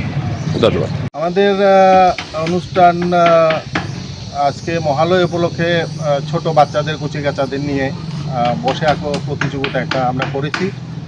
এটা আমাদের বাজার সেটে করেছি। এখানে প্রায় 100 এরকম 100-150 বাচ্চারা এখানে বসে একটা দুর্গার মূর্তির উপরে আমরা একটা দিয়েছি। বাচ্চারা বসে এখানে এটা করেছে। আজকের প্রোগ্রাম ছিল এটা। আর দুর্গাপূজার মধ্যে আমরা প্রতিদিনই ছোটোখাটো থাকবে, অনুষ্ঠান থাকবে। লোকাল আর্টিস্ট নাচ গান, লোকাল আর্টিস্ট দিয়ে নাচ গান এগুলো থাকবে, বাচ্চাদের নাচ গান এগুলো থাকবে। এটা প্রতিদিনের থাকবে, প্রোগ্রাম থাকবে। আচ্ছা, আপনারা যে 10 লাখ টাকা বাজেট হাতে নিয়েছেন, তো পয়সাগুলো কোথা থেকে কালেকশন করছেন? পয়সা দেখুন, আমরা ক্লাবে প্রায় 50-60 জনের মতো আমরা মেম্বার আছি। আমরা অন্যবারের ন্যায় এবার সবাই কম বেশি আমরা একটু বেশি দেওয়ার চেষ্টা করছি সবাই মিলে। সবার ইচ্ছা যে এবার একটু বড় করে হোক, অন্যবারের মতো না হোক। অন্যবার তো আমাদের এলাকার মানুষ পূজা দেখতে ছুটে যায় শহরে, তা আমরা চাই শহর থেকে এবার আমাদের মাছপাড়ায় আসুক পূজা দেখার জন্যে। ওই হিসাব নিয়ে ওই সব কিছু নিয়ে আমরা এবার একটু চিন্তাধারা বড়। আর কালেকশান তো এলাকা থেকে আমরা কালেকশান করছি। এলাকার যারা আছে সবাই আমাদেরকে স্বতঃস্ফূর্তভাবে সাড়া দিচ্ছে।